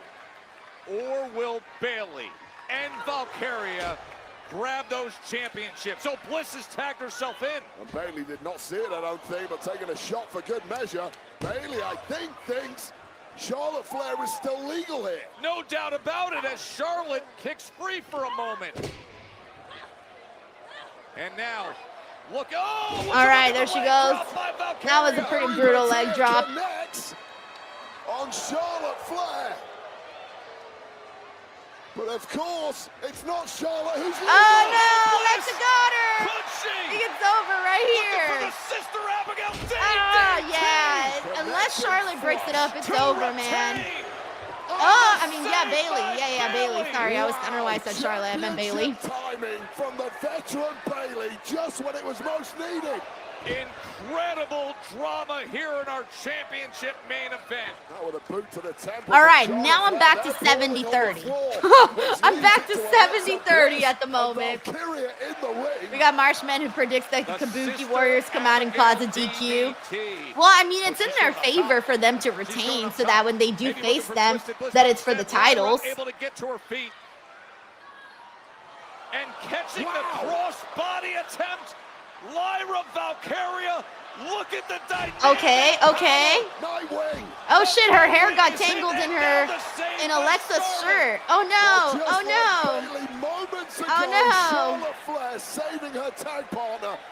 Oh Jesus. Oh, she's got to stall for some time there. Because there was no way Lyra and Alexa got stuck, so Alexa, I think, had to take off her shirt. Alexa had to take off her shirt. And Lyra somewhere out there, completely tangled up in it. I think she took it off now, though. To Charlotte Flair. Yeah, she did. She got it off. She's got it off. She's good. That's press. Bailey jumps right on her. Ground and pound by Bailey, and now Charlotte turns it around. Yep, I agree. This match definitely did pick up infamous DJ1. Miami Scorp says, agree with the crowd. This match is awesome. I'm digging this, man. Yo, Bailey, she's going to chop her titties off. Damn, girl. Oh, Charlotte's fired up. I don't know, man. I don't know. Oh, this could be figure 8 time. She's locking it in. Charlotte could bridge this, arch it, and put it in, and retain by submission. I don't know. I think Lyra, yeah, Lyra made it. Lyra's like, no, don't do it. Oh, there's Alexa. Oh, fuck. Oh, fuck. I don't know who's going to win this anymore. I'm kind of going back and forth here. But I like that because I like that I can't figure it out. Oh, shit. I think it might be over now. Unless, kick out. No, she didn't. She didn't kick out. They retain. The champs retain. They retain. That means when they face the Kabuki Warriors, it'll be for the tag titles then. That was a really good match, by the way. They really kicked it into high gear, like, towards the end. It really got good. It really picked up nicely. I wonder if we'll get like a little stare down with the Kabuki Warriors. Mike Hunter says match of the night. Bro, this was like the only reason to tune in at this point. Like that was the reason to tune into Raw today was this match, honestly. We got Jay Rich here says they killed it. Amazing match. Christopher Snow, yeah, I agree. He says happy for the clean finish. Yeah, I'm with you on that. We got Van76 here who says great main event. Alan M says Charlotte's a big match wrestler. Damn right. We want the gold. We will not be jumped in the line.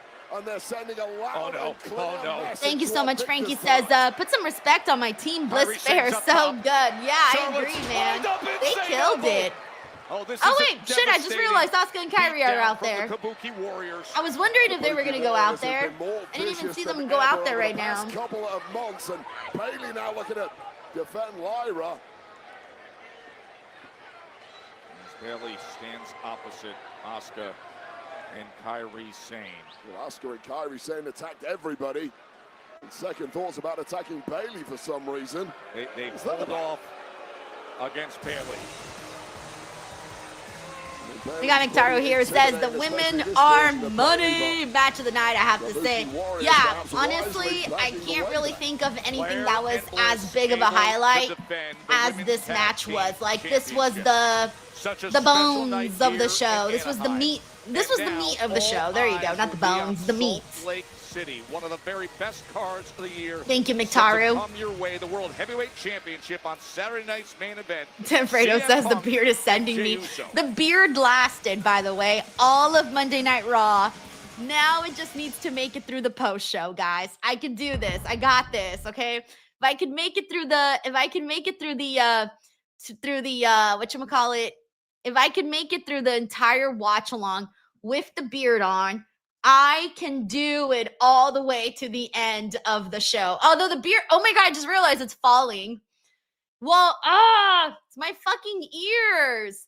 They hurt so bad. Okay, there. So what I'm doing is I'm using my earbuds to hold up the beard string, because earlier I was using my ears and my ears were starting to hurt so badly. So now I'm using the earbuds to hold up the string, but I don't got an earbud on this side. So I put the string on top of my earring to hold it up, because I don't want to use my ears. They hurt too much. So yeah, but it's hanging. It's a little lopsided, but it's fine. It's lasting. It's fine. It's fine. Natasha says lame ass Raw today. I'm kind of with you guys. I'm with you. It wasn't the strongest edition of Monday Night Raw, but we'll get through it. I have no fucking idea what me and Santi are going to talk about.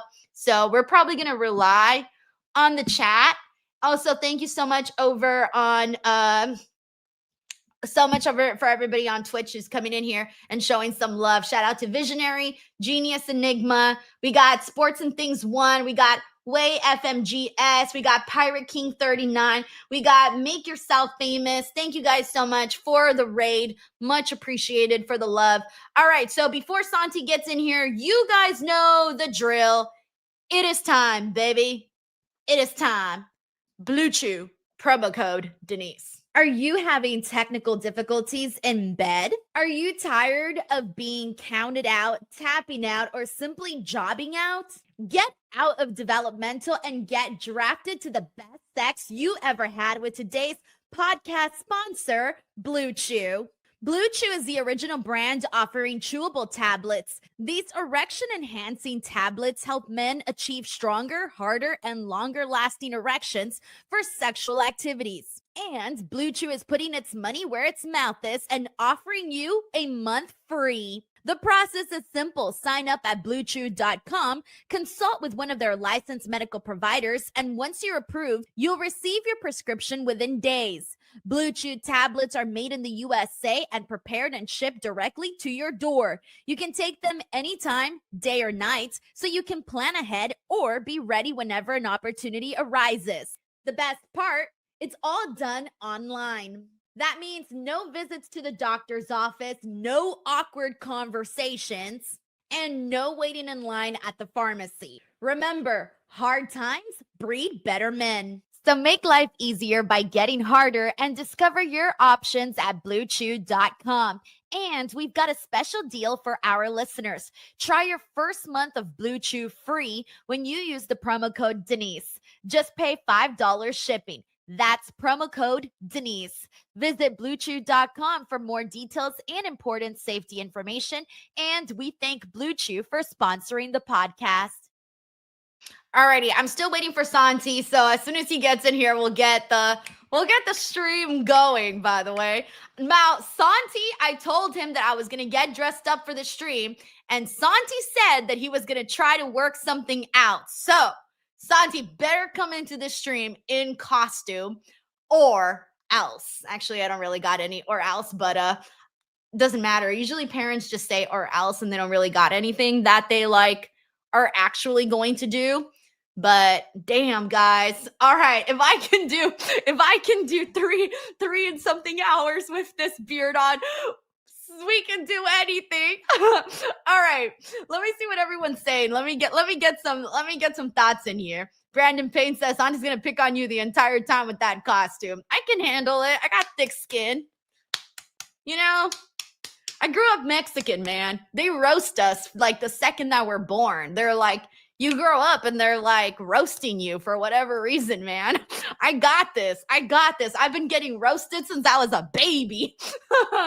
I can handle it. Thank you, Brandon.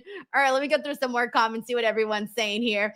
Jason Meyer, thank you so much. He says he likes my camo jacket in my ad. Yeah, I still have that. Pull it out during the winter, actually. Oh, that sounds very bad. We got McTaro here. It says, Santi, you better free Sancho. Ben Fossey says he loves Mexican chicken. I love all Mexican food. Well, not all of it, but most of it. Most of it, actually. I'm a little picky. All right, let's get through some comments. What did you guys think of Monday Night Raw? Because that's gonna be, I'm gonna try to get a vibe for what you guys are thinking and what stood out to you the most, so I can figure out where I want to start things off today with Santi in terms of where our conversation is gonna get started at first, just because you know, this is one where it was kind of a slim show. We got October Horse here. It says, decent show, not great, not bad. We got Legit King on YouTube here. It says, it could have been better. I'm kind of with you, honestly. Like, that's truly how I feel. We got Alan M here. It says, I did dislike the Punk Jey Uso segment. We got MJ here who says, Raw was meh. Also, shout out to Lab Baby who's here with us. Hill says, trying to be patient, but too many B player matches. All right. I feel you. It's kind of like a slow period too. You know, one of the things that I'm kind of happy about too is, I don't know if you guys saw, but like a few weeks ago, I think they said that like next year's Money in the Bank is going to be way later in the year than it usually is. I think they had it at like September or something. I'm really hoping that I kind of like that. I like the idea of Money in the Bank being like around this time of the year next year, only because like September, October, like that gap between SummerSlam and Survivor Series, it's like beating, like it's just, it's hard. Okay. It's hard. It's not the most exhilarating time. So for them to do something like that next year will be fun to kind of get something to talk about. But like right now, honestly, all we really got that we're waiting for as of this moment is like War Games. That's going to be fun, right? So we're excited about that. And John Cena's retirement. Those are the last, like, unless I'm missing something else, those are really like the two big things that we're looking forward for the rest of this year. Until we get WrestleMania season going up again and we get into the Rumble and all of that. That'll be fun, of course, it always is. But then it just gets so hard during these times of the months. And that's kind of how it's always been. But it gets a little rough sometimes. It gets a little rough. All right, let me go through some more comments and see what everyone's saying. Let me see. Oh, shout out to Mary Coppola, who's also with us here today. Eric Diaz updates us, says the game is 4-4. Zeno Hour says, good episode, more wrestling, heavy Raws. Yeah, I do appreciate when we got some more good, like more matches and stuff like that. We got Stony Angel here who says, is that your real hair? No. If I could get, I know it's kind of like the same color, but if I could get my hair to be this curly, I would love that. I would love to have curly hair like this naturally, but no, my hair can't get this curly. My hair is like naturally straight. Oh, my wig's falling off. Okay, let me fix it. That way, when Santi gets in here, he sees my costume at peak performance. So no, this is not my natural hair. Can you imagine if I would have been able, if I can actually get my hair like this? Oh, that would be so awesome. But no, unfortunately, I do not. All right, let me go through some more comments here. Oh, Santi's here. Yay. All right. Santi, where the fuck is your costume? I forgot. Where the fuck is your costume? I'm like, why the fuck is she dressed like this? And then I'm like, oh, yeah. You said you were going to whip something up for this show. Where is your costume? What even are you? Okay, wait. Can you guess my costume? Hold on. Wait. I'm so sorry. No, I can't. What are you? What do you mean? What am I? Look, I'm smiling. Are you Hagrid from Harry Potter? No! I'm Hillbilly Jim. I knew you were Hillbilly Jim. Country boy, country boy, country. There. Santi, I messaged you on October 22nd, and I said, Santi, before I forget to mention, I'm dressing up on the Monday show. And you said, and I quote, I will try to whip something up. I did. Where is that something?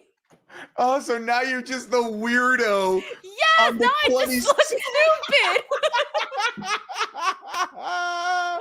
Oh my God. Oh my God, guys. What the hell? Oh, this makes it even funnier. No, this is terrible. This is terrible. Santi, do you have any idea how much I've been in pain the last 3 hours with this beard? Because it's folding my ears. The string is folding my ears. So my ears are like little tacos right now. And then this part here keeps scratching me. And then the hairs go up into my nose. And so I've been scratching my nose way more than I normally do for the last 2 hours and 47 minutes. Oh my God. I feel so bad that you're here and wearing all of this. You should. Why did you confirm? You should do like a little, another message, a second message, like, hey, just making sure because I'm about to show up in an adhesive beard. Santi, I'm not your assistant. I told you. If you wanted to make sure that you didn't show up dressed as Hillbilly Jim by yourself, you should have done the due diligence to make sure that I showed up wearing something, all right? So, Monday Night Raw happened. Yes, it did, Hillbilly Jim. Don't go. I did the whole dance and everything. You know, today's my first day in like 20, 25 years of my life that I've worn overalls. I don't think I've ever once as a kid worn overalls. Not even as a baby? Because overalls are pretty popular with babies. I guess maybe when I was a toddler, but I have no memory of me wearing a pair of overalls. Wow. Yeah, man. Definitely haven't worn whatever it is the fuck you're wearing right now. This is very comfortable. I got them on Amazon. Oh, nice. Yeah, nice, they're nice. so comfortable. They were like $25. And I was like, yo, I'm going to start wearing overalls again. Like, I'm keeping these. Like, I'm going to wear these. Like, for my normal life. For the sake of the show, because there really wasn't a heck of a whole lot that happened on this episode of Monday Night Raw. This is probably the biggest talking point. You showing up by yourself in costume. Yeah, this is probably like the biggest thing that our audience is going to be talking about. Yeah, legit. Hey, by the way, are you impressed by how I curled my hair? Like, I cut my hair for this. That's actually your hair? Yeah, this is my hair. No way. I went all in on this, Santi. I cut my hair. Like, literally 10 inches. Because if you recall, my hair was like all the way down here. And I cut it. And I curled it for this a male. for the costume. Denise, I am a straight male. I have never once thought of like your current length of your hair. I would have never noticed. I'm gonna just be straight up with you. But does it look good? Like, looks like it looks good? Your hair could have been down to your feet, and I wouldn't notice that you got a haircut. Okay, well, just FYI, this is No, not. This is a wig. No, it's a wig. Santi, it is a wig. With you Again, this is not my natural hair. Male, I don't know. It could have been. Definitely not my natural hair. All right, Santi really is clueless. Like, that just proved it right there. I am. I'm glad. It further proved my point. Wow, we got J.S. Cal here who says Denise looks like a Wyatt family member. I've gotten all sorts of things. Like, everybody thought that I was like something totally different than I actually am. We got Fredo here who says Santi is a bad person, confirmed. Always late, always forgets, always puts his co-host down. 010 would cut this kind of person off in real life. And you left me hanging here. Here's the thing. Sometimes the most toxic people in your life are the most entertaining ones. It's the ones you want to keep around because they're the ones keeping you on your feet. Sure, I could have shown up in costume and it would have been hunky-dory, but then we would have had absolutely nothing to talk about. No entertainment for you. Me not showing up in costume was the best thing that I could have done for this show because we were able to burn more time than Jey Uso and CM Punk burned to open that episode of Monday Night Raw because nothing happened on that show.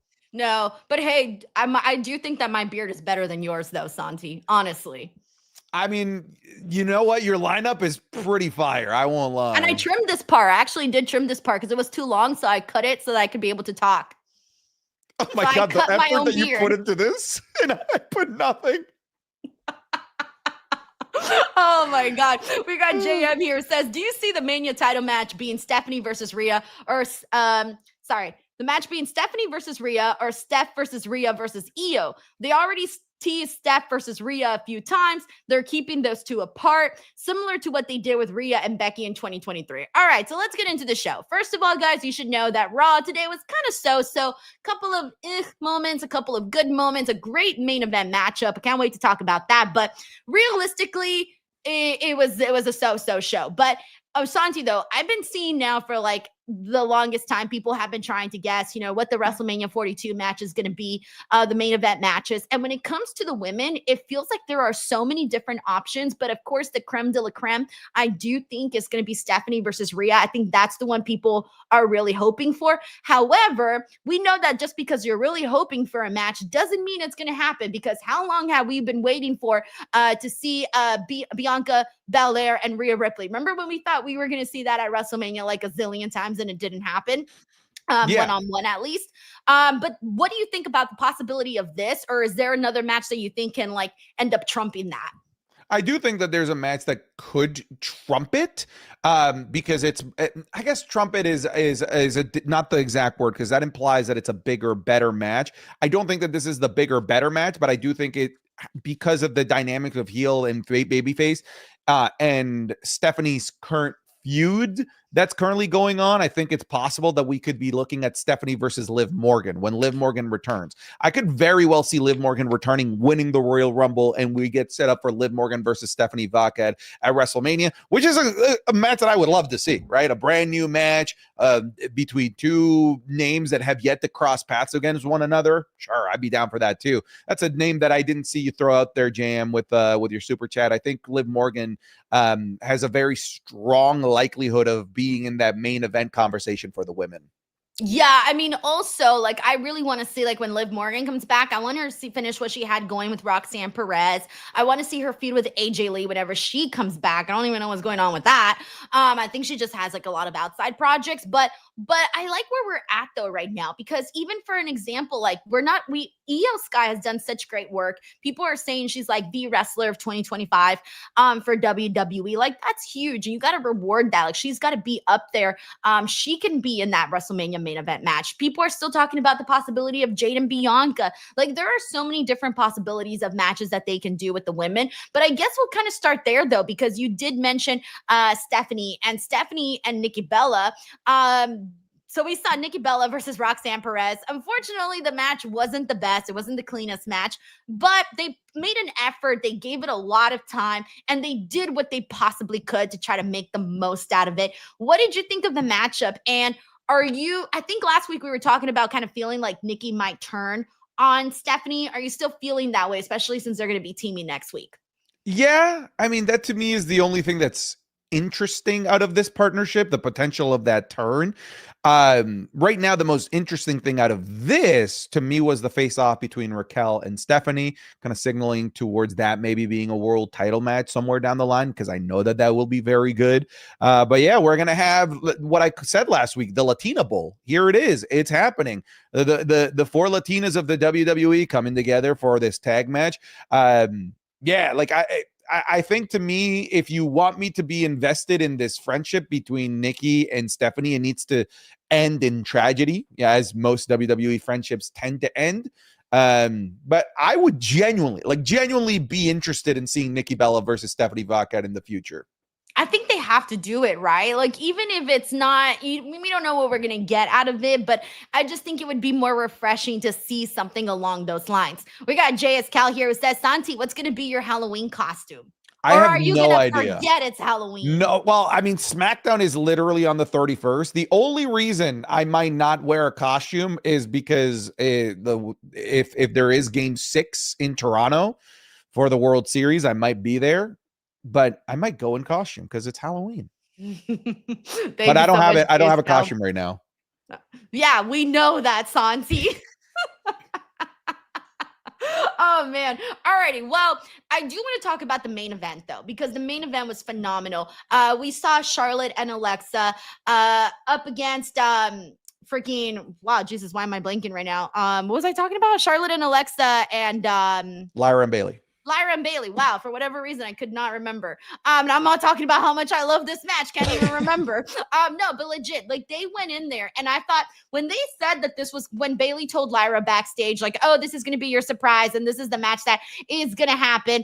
I was thinking, oh shit, wait, they're actually going to do this match? And when they said it was the main event, there was a part of me that thought, oh damn, what if they actually do a title change at the end of the night? Especially because I like Charlotte and Alexa and I love what they're doing. And apparently they've been defending the titles more than any other past tag team.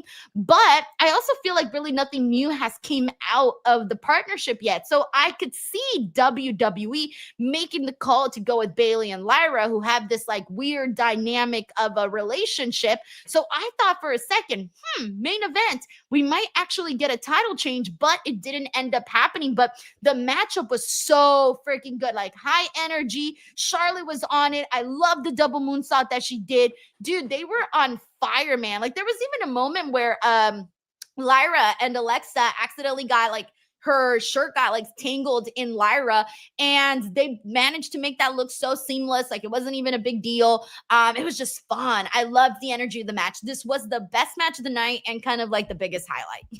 Yeah, I mean, I also really like that almost seemingly out of nowhere Sister Abigail that so Alexa Bliss good. hit. That was cool off of the blind tag. Yeah, this match was excellent, and I'm glad they made the decision to have this be the main event. Something new, something refreshing. I will say, when they set this up as the main event, I thought there was going to be something aside from just a match, which is ultimately what we got. I was expecting either new champions or Bailey turns on Lyra. But ultimately, they did just the Kabuki Warriors coming out, which, by the way, I'm so glad it was post-match and it wasn't just the traditional, interrupt the main event type of deal. This match was brilliant. Best match of the night. I'm actually happy that Charlexa didn't lose here because there's still more matches that I want to see. They set that the next one that I want to see right there at the end with the Kabuki Warriors. I could also see this potentially being the nucleus of women's war games, especially if they bring in like Stephanie Vaquette and the thing going on there with the Judgment Day and Nikki Bella, maybe Becky Lynch somewhere is in the mix that could get out of there. This could be the initial first stone rolling towards women's war games as well. Oh, Shay, you might be right about that, by the way, because, okay, it would be maybe Stephanie and Nikki with Charlotte and Alexa. All the baby faces there. Could and be, then, and then, Asuka and Kyrie. The two girls Raquel from Judgment Day Roxanne. and Lynch. Why not? Yeah, there you go. Like, so that actually does feel like that's a possibility that they could go that direction. We got Fredo here who says, with the women's roster being this stacked, which record do you think could be more attainable? The reigns or consecutive days? This roster is built for completely believable hot potato situations. So here's the thing. So when it comes to, let me see. It says, with the women's roster being this stacked, which record do you think could be more attainable, the reigns or consecutive days? I would say I want to see more of consecutive days where people are holding the championships for longer, but also that there's more matches in it, right? Like that there's more matches happening. I think it depends on each bout, right? Like the United States Championship, I could see that one bouncing around. The Intercontinental Championship, I like the duration that they've kept each champion in so far. Same for the main world title pictures on each brand. I like the consecutive instead of having multiple reigns. But that's why I think like the US and the Intercontinental, those are ones that you can kind of see bounce around a little bit more. But honestly, the Women's Intercontinental Championship, Santi, it really feels like the main bout over on the Raw side until Stephanie got it. And she's been kind of adding more prestige to that. Yeah, for me, I think it's possible. The more likely to be more attainable now is days over number of reigns, mostly because we're seeing talent enter the main roster at an older age because of having to spend 2 to 3, sometimes 4 years in NXT, and the main event and titles being kind of like harder to kind of get into as a newer member of the roster. You sort of have to do a couple of years on the main roster for a while. Looking like a Carmelo Hayes. He hasn't even gotten a chance yet to hold a title. So I do think it's more likely that we have records being broken on number of days that the title is held, because that doesn't require that many reigns, obviously, as opposed to breaking the record of number of reigns, because that's going to require like decades in the main roster of winning championships. Yeah, I'm with you. Thank you so much, Fredo. I was also surprised when they said that they had the most tag team defenses as champions. And I'm like, yo, what does that say about all of the other teams? But if you recall, we thought for a while there, Santi, that the tag team division for the women was, we thought it was kind of cursed for a second. Yeah. There. You got to remember too. Funny enough, I talked about this in my video today, just briefly. The women's tag titles have only been around since 2019. And two, from 2020 to 2024, they forgot that these titles even existed in the WWE because they weren't getting booked at all. Like these titles wouldn't get matches on Raw, SmackDown, let alone on PLEs. Half the time, I wouldn't know who the fuck were the champions. They would disappear from television like at 6-7 months at a time. People were getting injured. It was like, oh, new champion, injured. Damn. Oh, no. I don't even know how many partners Chelsea Green had. Thank you, Fredo. We also got the Miss Demon Josh here who says, awesome main event, maybe 3-way women's tag team. I'd be down with that. I mean, why the hell not? I say, let's do it. Thank you, Josh. We got Astro Waves here who says, Rhea EO fans going through withdrawals. Yeah, that's true. They haven't really had too many backstage moments as well. Yeah, you're kind of right about that, Astro Waves. We got Randy Hayward here who says we might be getting Dark Goth Alexa on Halloween. I mean, people have still been wondering where she was ever going to join the Wyatt family, the Wyatt Six again. I think that's kind of past right now. But man, when she brought out, like you said, that Sister Abigail out of nowhere, it hit hard. It hit hard. Thank you, Randy. We got JS Cal here who says, off topic. For a second, I thought O'Shea Jackson brought an AEW title to the show, but it was actually an NCW title. I didn't even notice that. Did you, Santi? No, I didn't even pick up on that. Oh my gosh. Thank you so much, JS Cal. Alrighty, so let's go ahead and get into CM Punk and Jey Uso because that kicked off the show. Santi, they're trying so hard to kind of find something where there's really nothing here. There's nothing there. I was so nervous for Jey, by the way, because I'm like, dude, CM Punk is kind of like, he was talking to him like he was a little kid. The things that he was saying in his promo, saying how he's trying to be Roman Reigns and he's not really his own person. And is he really willing to take it that far? I was nervous for Jey that he was going to get completely squashed like a bug here. However, he kept it simple. He got straight to the point. He hit his little yeet thing and it didn't feel that bad. Like he didn't feel like he got squashed on the mic, but I was pretty nervous during that little interaction. But again, this wasn't supposed to be Jey Uso. So they're pulling in scraps here. Yeah, this did nothing for me. Like genuinely did nothing for me in terms of getting me excited for this match. The excitement of this match exists purely on the fact that it's going to give us a new world heavyweight champion. That's what this match is pretty much entirely just relying on, because there's just no, in my opinion, there seems to be no storytelling chemistry between CM Punk and Jey Uso. And it might just be because there's just nothing to tell there, right? It literally is just two dudes. This is why I wanted LA Knight. There was a story. There was a narrative. There was a relationship between LA Knight and CM Punk that could have been explored. This is just, I'm CM Punk. I'm the best in the world. I don't think you're as good as me. We'll see. 4 letters, 1 word. Yeet. There's our build. That just doesn't exactly scream exciting. The exciting part of this is that it's for a vacant title. That's the excitement of this. And it's happening at Saturday night's main event. Oh man. But you're right about that. And they are continuing the LA Knight stuff because he did say that whoever wins, he's basically gonna keep their eye on them. He's gonna come for them. So yeah, and then he lost today.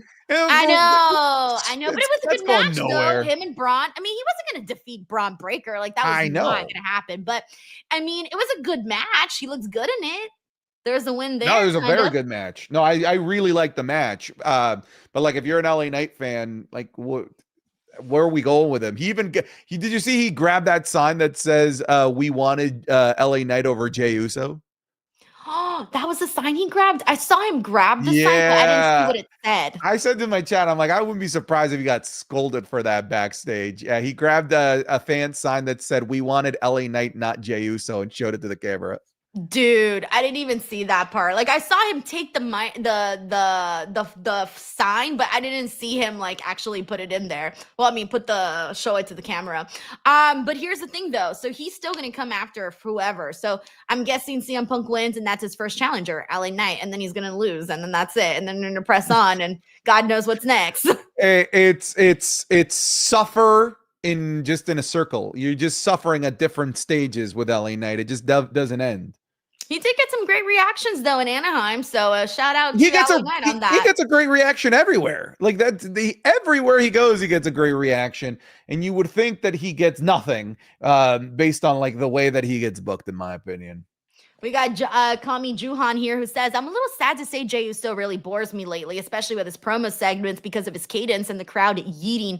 Well, I mean, it doesn't help that they do the yeeting back to back. I mean, we were about 8 to 10 minutes into the show and we were still in the yeet segment, which is great for the live audience. Trust me, I know. But for the TV audience, it gets me like, okay, well, the show hasn't really started yet. Let's wait till the show actually begins. It does take a while, Santi. 9 minutes. 9 minutes before they said a word. And then he said 3 sentences. And then it was a CM Punk entrance. The promos between these two didn't start until 13 minutes into the show started. Jesus. Yeah, because then CM Punk was like, oh, I'm going to run back my intro. And I was like, what now? We're doing this again? I can't believe this. Oh my God. But yeah, you know, it is what it is. But hey, they're trying to make whatever they can, I guess, work because, you know, stuff's out. All right, we got Abs Fatty here who says, why is Denise dressed like Santi's chest hair? Ew! That's disgusting. That is definitely not what I was going for. Thank you, Abs Fatty. Let's see what else we got here. Let me continue on with what we want to get into.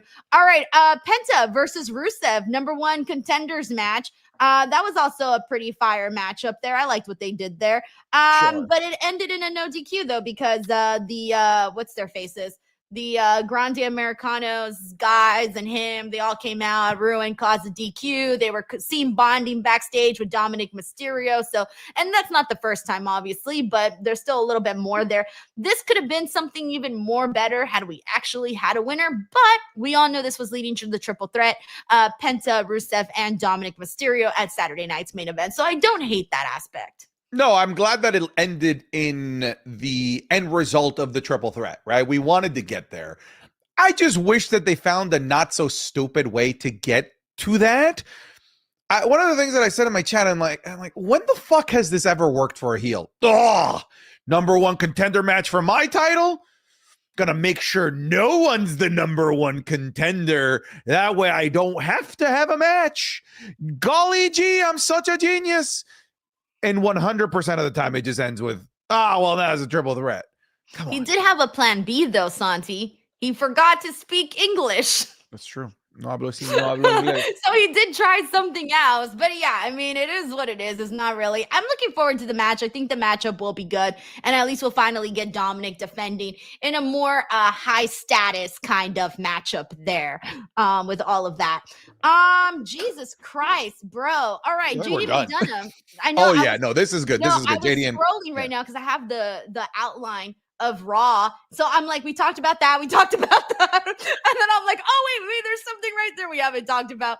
JD McDonough versus Sheamus. Okay, I knew this was going to be a good match because JD McDonough, when he's alone in singles matches, I think whenever he's not held back by the stench of the Judgment Day, I think he does good.